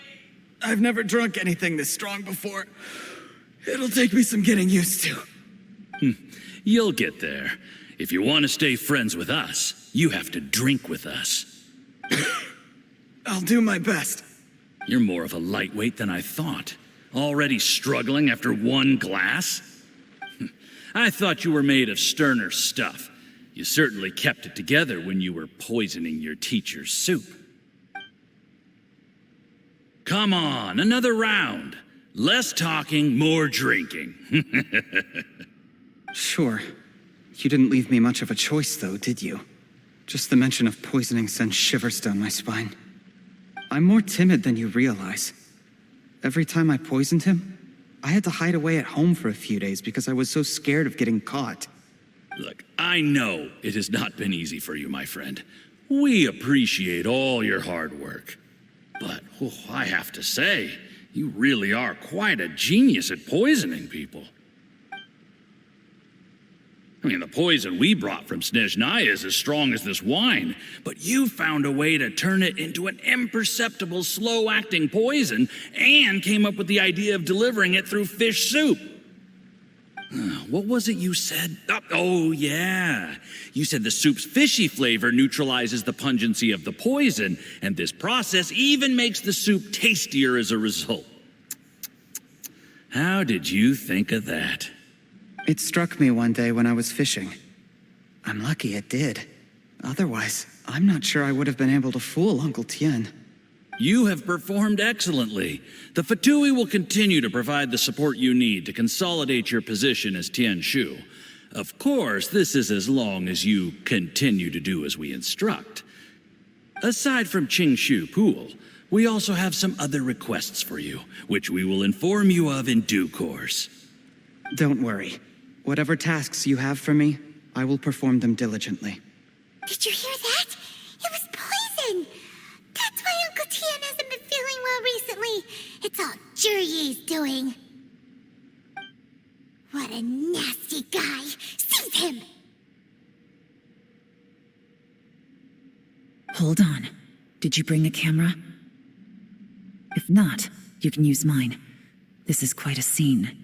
We have to capture it for posterity.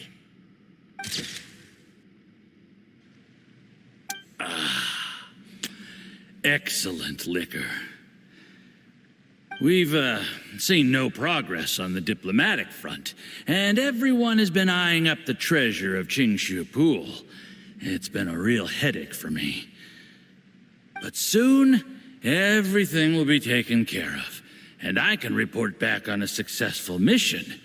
Thank you, Jurye. I remember when I first saw you.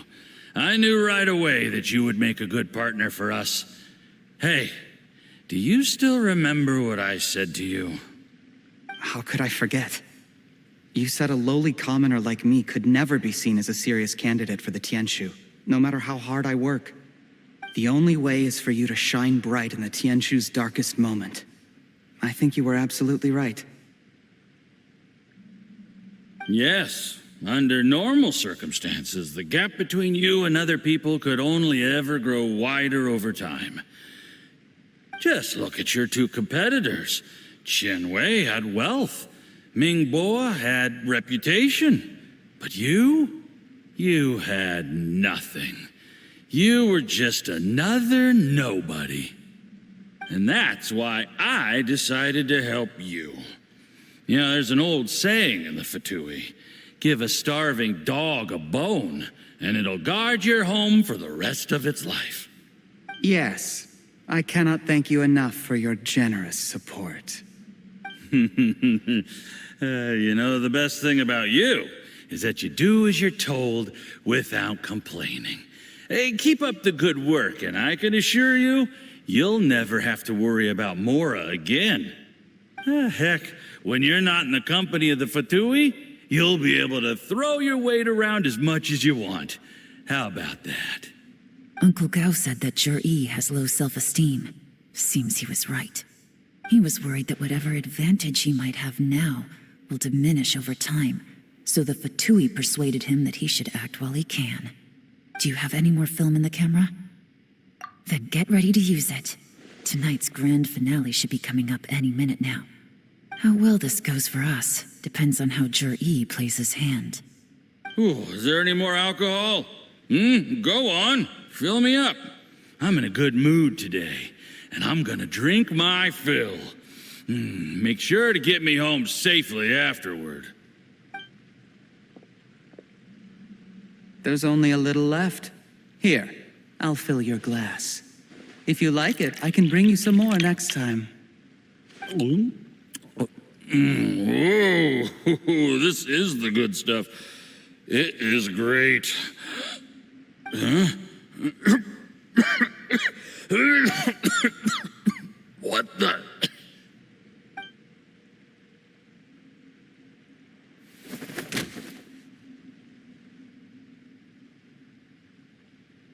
Yi, you poisoned my wine? But when? You seem surprised, Mr. Yusupov. How could you? How could I not? I've sacrificed years of my life studying and reflecting to prepare myself for this position. And in the end, I even had to poison my own teacher. You really think I'd put myself through all that just to become your little puppet?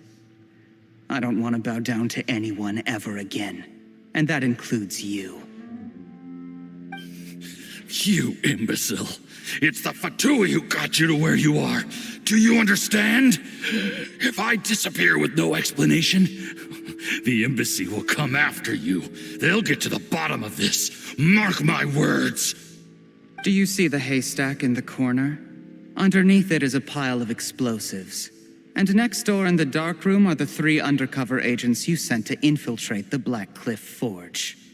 I'm gonna stay here till I see you slip into unconsciousness. Then I'm gonna set this on fire.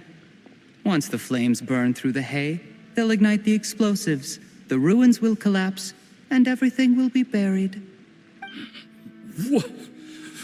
What do you hope to?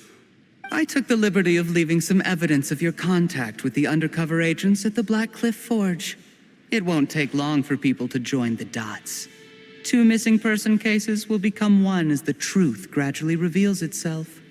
The Fatui planted undercover agents in the Black Cliff Forge to steal their signature ruin-grade explosives. Their plan was to blow through the solid floor tiles in the dead of night and seize the treasure of Qingshu Pool. But things didn't quite go to plan. Mistakes were made that led to the accidental deaths of the entire crew. Faced with the overwhelming evidence, the embassy won't investigate this any further. In fact, they'll be only too happy to blame it all on a rogue operation by you. It explains why you acted alone, while exonerating the rest of the embassy of any liability. Of course, none of that will have anything to do with me. When all of this comes to my attention, I'm afraid I'll have no choice but to cancel the Qingshu Pool redevelopment plan immediately.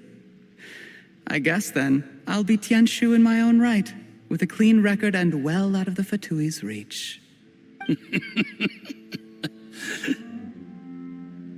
Yi, do you really think you're gonna get away with this? The Fatui has a record of everything.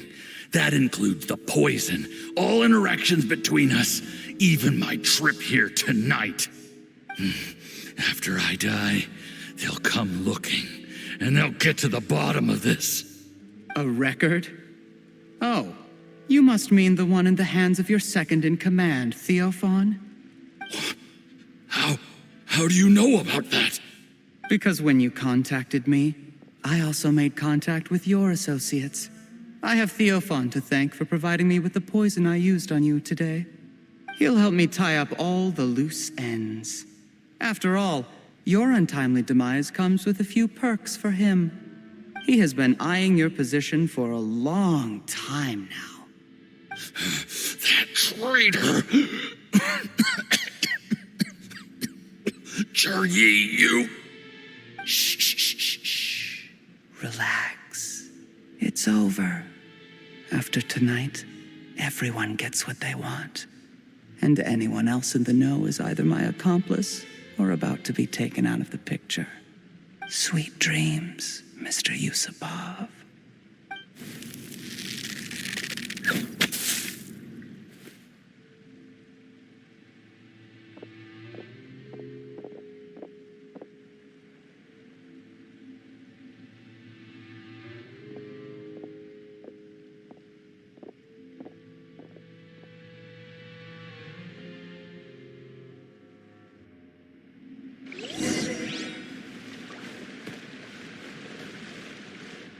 I did a little surveying on the way here and found that you'd left yourself 3 escape routes in case things went south. I have them all surrounded. If you're thinking of trying anything, Save yourself the effort. The game's up. We were here the whole time and have pictures of everything. They came out pretty nicely. Want to see them? The game's up? Forgive me, I'm not quite sure what you're referring to, Miss Yelan. I happened to discover a Fatui operation here, so I approached them on the pretext of joining forces and eventually brought them down from within. If it pleases you, Miss Yelan, I'd be only too happy to have you join me in investigating this matter. This is how you want to play it, huh? Fine. You do you. All we need to do to convict you is establish that the poison in his system is the same as in Uncle Tien's. Nothing else you wanted to add? Let's leave it there then. Time to go. One wrong move and it all comes crashing down. I should have been more careful. You followed him here, didn't you? I was so focused on keeping myself out of sight, I forgot he was a potential liability. Let's talk about this, Yelan. I gave you my word that I would live up to the Tianshu name, and that much I can still guarantee. Your point being? When I take office, I can guarantee that I will act in your best interests. In fact, all of you here tonight can expect very generous treatment in the future. I don't deny that I used underhanded methods to get here. But given my lowly origins, what other choice did I have? You still don't get it, do you? Even now. What do you think?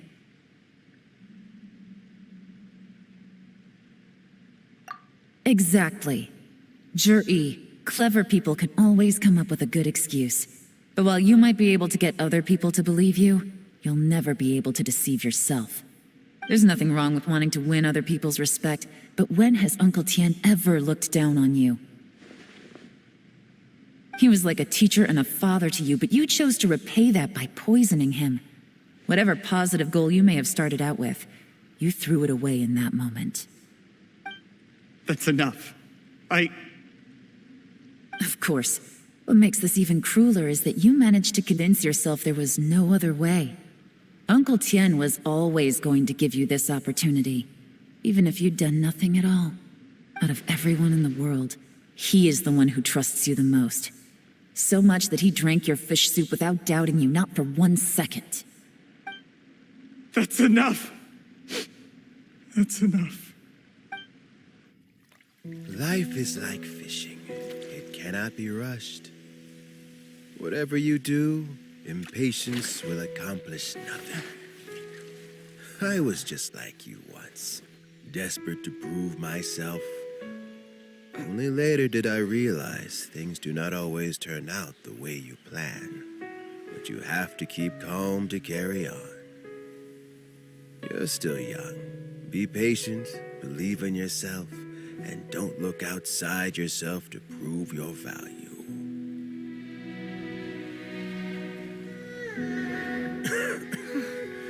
Where's Jur-E these days? It's been a long time since he last paid me a visit. Maybe he's just busy. Well, next time, if he doesn't bring a pot of piping hot fish soup, don't let him in. Whatever you were thinking about, you'll have plenty of time to mull it over in prison. Oh, I almost forgot. If the Fatui find out what happened today, prison might not turn out to be the safest place for you. Trying to have friends on both sides, it has a way of turning everyone against you. But right now, I have an opportunity for you.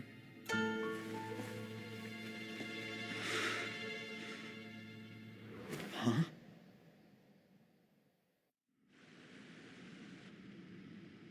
Sorry, things are about to get extremely busy for me.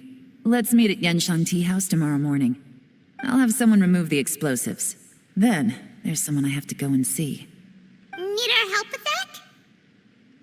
No, it could be dangerous. You should leave this one to the professionals. Don't worry. As long as they're willing to cooperate, this'll be a straightforward deal. Get some rest. See you tomorrow.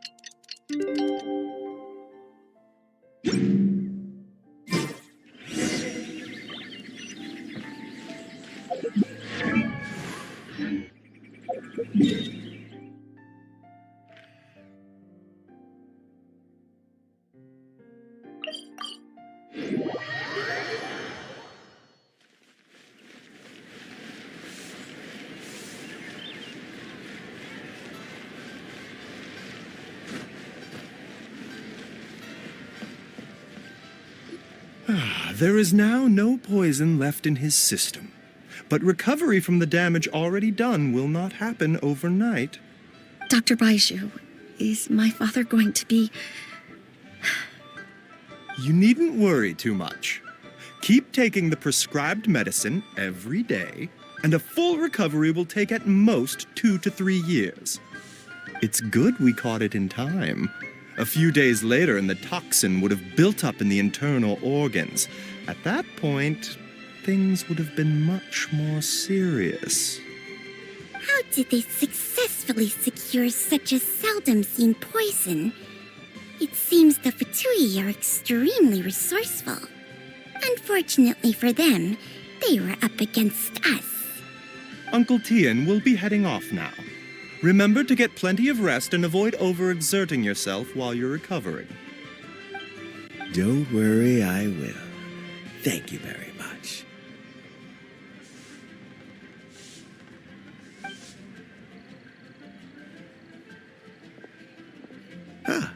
You're here too?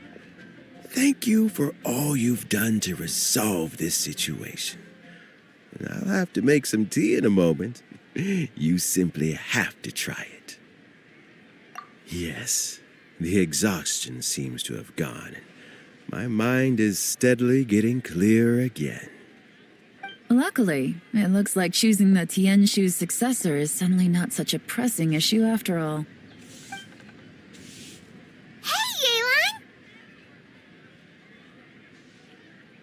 My work is mostly wrapped up, so I thought I'd take a minute to check in here. The assessment process comes to an end here, Uncle Tian. In my opinion, Zhi is not suitable for the position, but Qianwei and Mingbo both have potential. You have my gratitude. People can change their loyalties easily. I've always known this. But whenever it happens, it's still a dismal experience. Is it just Paimon, or is Uncle Tian not that surprised? Don't underestimate Uncle Tian. He wouldn't have appointed me as assessment officer if he hadn't had his doubts about Zhi. Normally, the Yue High Pavilion would be responsible for assessing the candidates. Isn't that right, Uncle Tian? Yes, to be quite honest, I wanted to trust him unreservedly. But I have to be responsible with the position of Tianshu. When I first met Zhi, I wondered if he had approached me with a hidden agenda. So I secretly investigated him. I concluded that he had no ulterior motives whatsoever.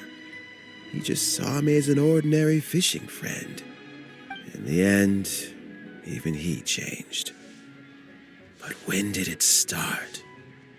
I never had any plans to recommend him directly, but I always intended to give him the chance to compete on a level playing field. Family background and fame mean everything to many people, but I don't attach great importance to them. I had no reputation to speak of when I first became Tianshu. I relied on Ganyu's assistance for all manner of things.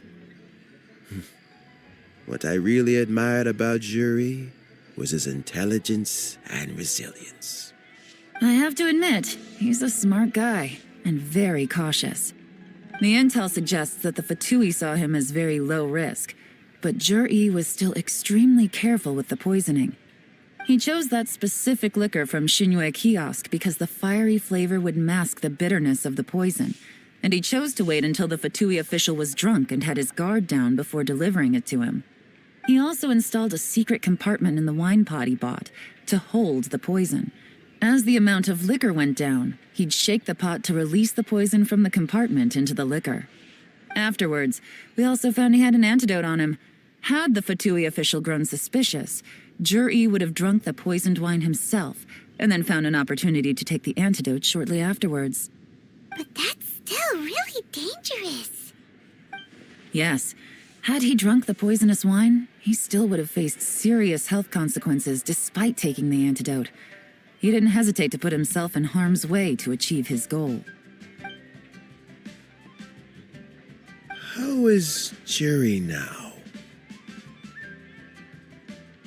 Well, I mean, he's sitting in a jail cell. Like Yanfei says, everyone who breaks the law has to pay the price. Still, he's cooperating. He didn't turn down my offer to strike a deal. I'll make sure there are plenty of guards around to keep him safe from anything the Fatui might be planning. A deal? Does this have to do with what you said to him when you arrested him? Yes, Jur-E's not the one I'm interested in. If he was as far as this went, I'd have handed the case off to my subordinates as soon as I realized. But once the Fatui became involved, things got a whole lot more interesting. I thought I might have the chance to catch a big fish. Well, did you? Almost. Unfortunately, it slipped off the hook at the last second. Uncle Tian, Yelan, what are you talking about? Paimon doesn't understand. Jur-E colluded with the Fatui to try and secure the position of Tianshu. Or, to put it the other way around, the Fatui made an attempt to interfere in the Tianshu selection process. With Yusupov in our hands and a statement from Jur-E, we could afford to continue with a diplomatic offensive. Also, we'd be able to gain control of Theophan, Yusupov's second-in-command. Then we'd have a pawn in the ranks of the Fatui. Pawns like this can be major assets. They open up all sorts of new options. Why else did you think I was investing so much time and effort into this case? So, okay, well, did your plan succeed? We got halfway. The first part went off without a hitch, and we passed all the information on to Lady Ningguang. But when we tried to make contact with Theophan, he was gone, along with all the evidence. The Fatui must be spying on us. Otherwise, they'd never been able to respond so quickly. I found out from other sources that the Harbinger Regrator got involved. The Fatui's main forces aren't concentrated here. Regrator was only treating this as a peripheral concern. It's a pity that Theophan got away, but knowing which Harbingers are still looking at Liyue is something. It gives me a starting point for my next mission. I have to ask, Yelan, do you have any desire to take over the position of Tianshu yourself? I remember you showed some interest a few days ago at Yenshang Tea House. In my estimation, you are more than competent. Oh, that. I was obviously joking. I prefer my current life. There's danger and there's excitement. Although it'd still be a behind-the-scenes role, as Tianshu, I wouldn't have the chance to get involved in anything truly clandestine or face any real danger. All right, I'm done here. Time for me to go. I'm heading off again in a few days, and I still have to prepare. Where are you off to this time? As you might have guessed, it's for me to know and you to find out. But I'm sure if you keep going as you are, getting yourselves involved in other people's business all the time, you're sure to get caught up in another misadventure before too long. Maybe I'll see you the next time danger beckons. Until then, keep your wits about you. A lot of people are watching you for a lot of reasons. If you have any more questions, just ask Uncle Tian. After the recent turn of events, I'd say he owes you one, wouldn't you?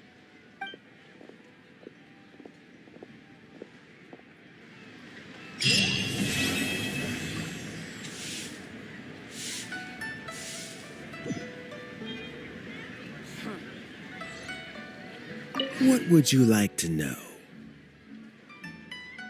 Something I've said to Jury, Qinwei, and Mingguo before is that while cunning and scheming are quite crucial, even more important than this is staying true to yourself.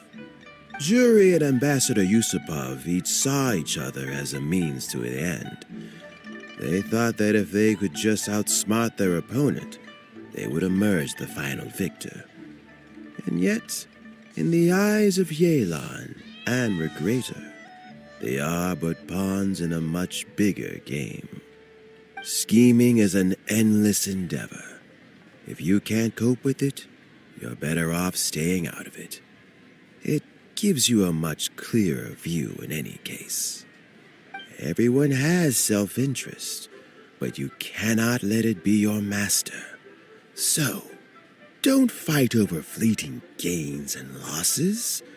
Rather, focus on the direction your heart is leading you and keep moving forward.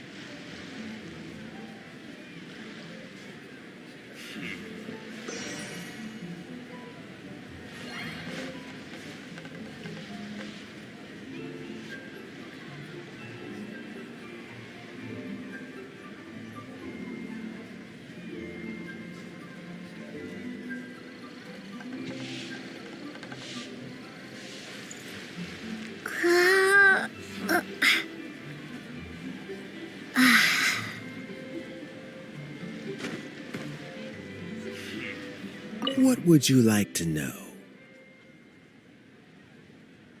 I first met Yelan when she was very young. Even back then, she was extremely tough, and she kept her cards close to her chest. An old friend of mine once privately commented to me that Yelan is always smiling, but never with her eyes. She is a very dangerous person. Something of an exaggeration in my view. At least, I know she would never hurt the people she trusts. What would you like to know? Regrator is the 9th of the Fatui Harbingers, though likely the first among them where wealth is concerned. However, his wealth is not a mere question of how much more he has to his name. He has a very unique understanding of wealth, and what he's planning may very well shake the world to its core. Beyond that, I don't have a lot of information about him. If you need to know more in the future, you can ask Ningguang. What would you like to know? As Yelan says, now that I'm on the mend, I should have another few years' worth of work in me. During this time, I plan to gradually hand over my duties while mentoring some new candidates. That reminds me. Chen Wei and Ming Bo are still waiting downstairs. I must go and have a chat with them shortly.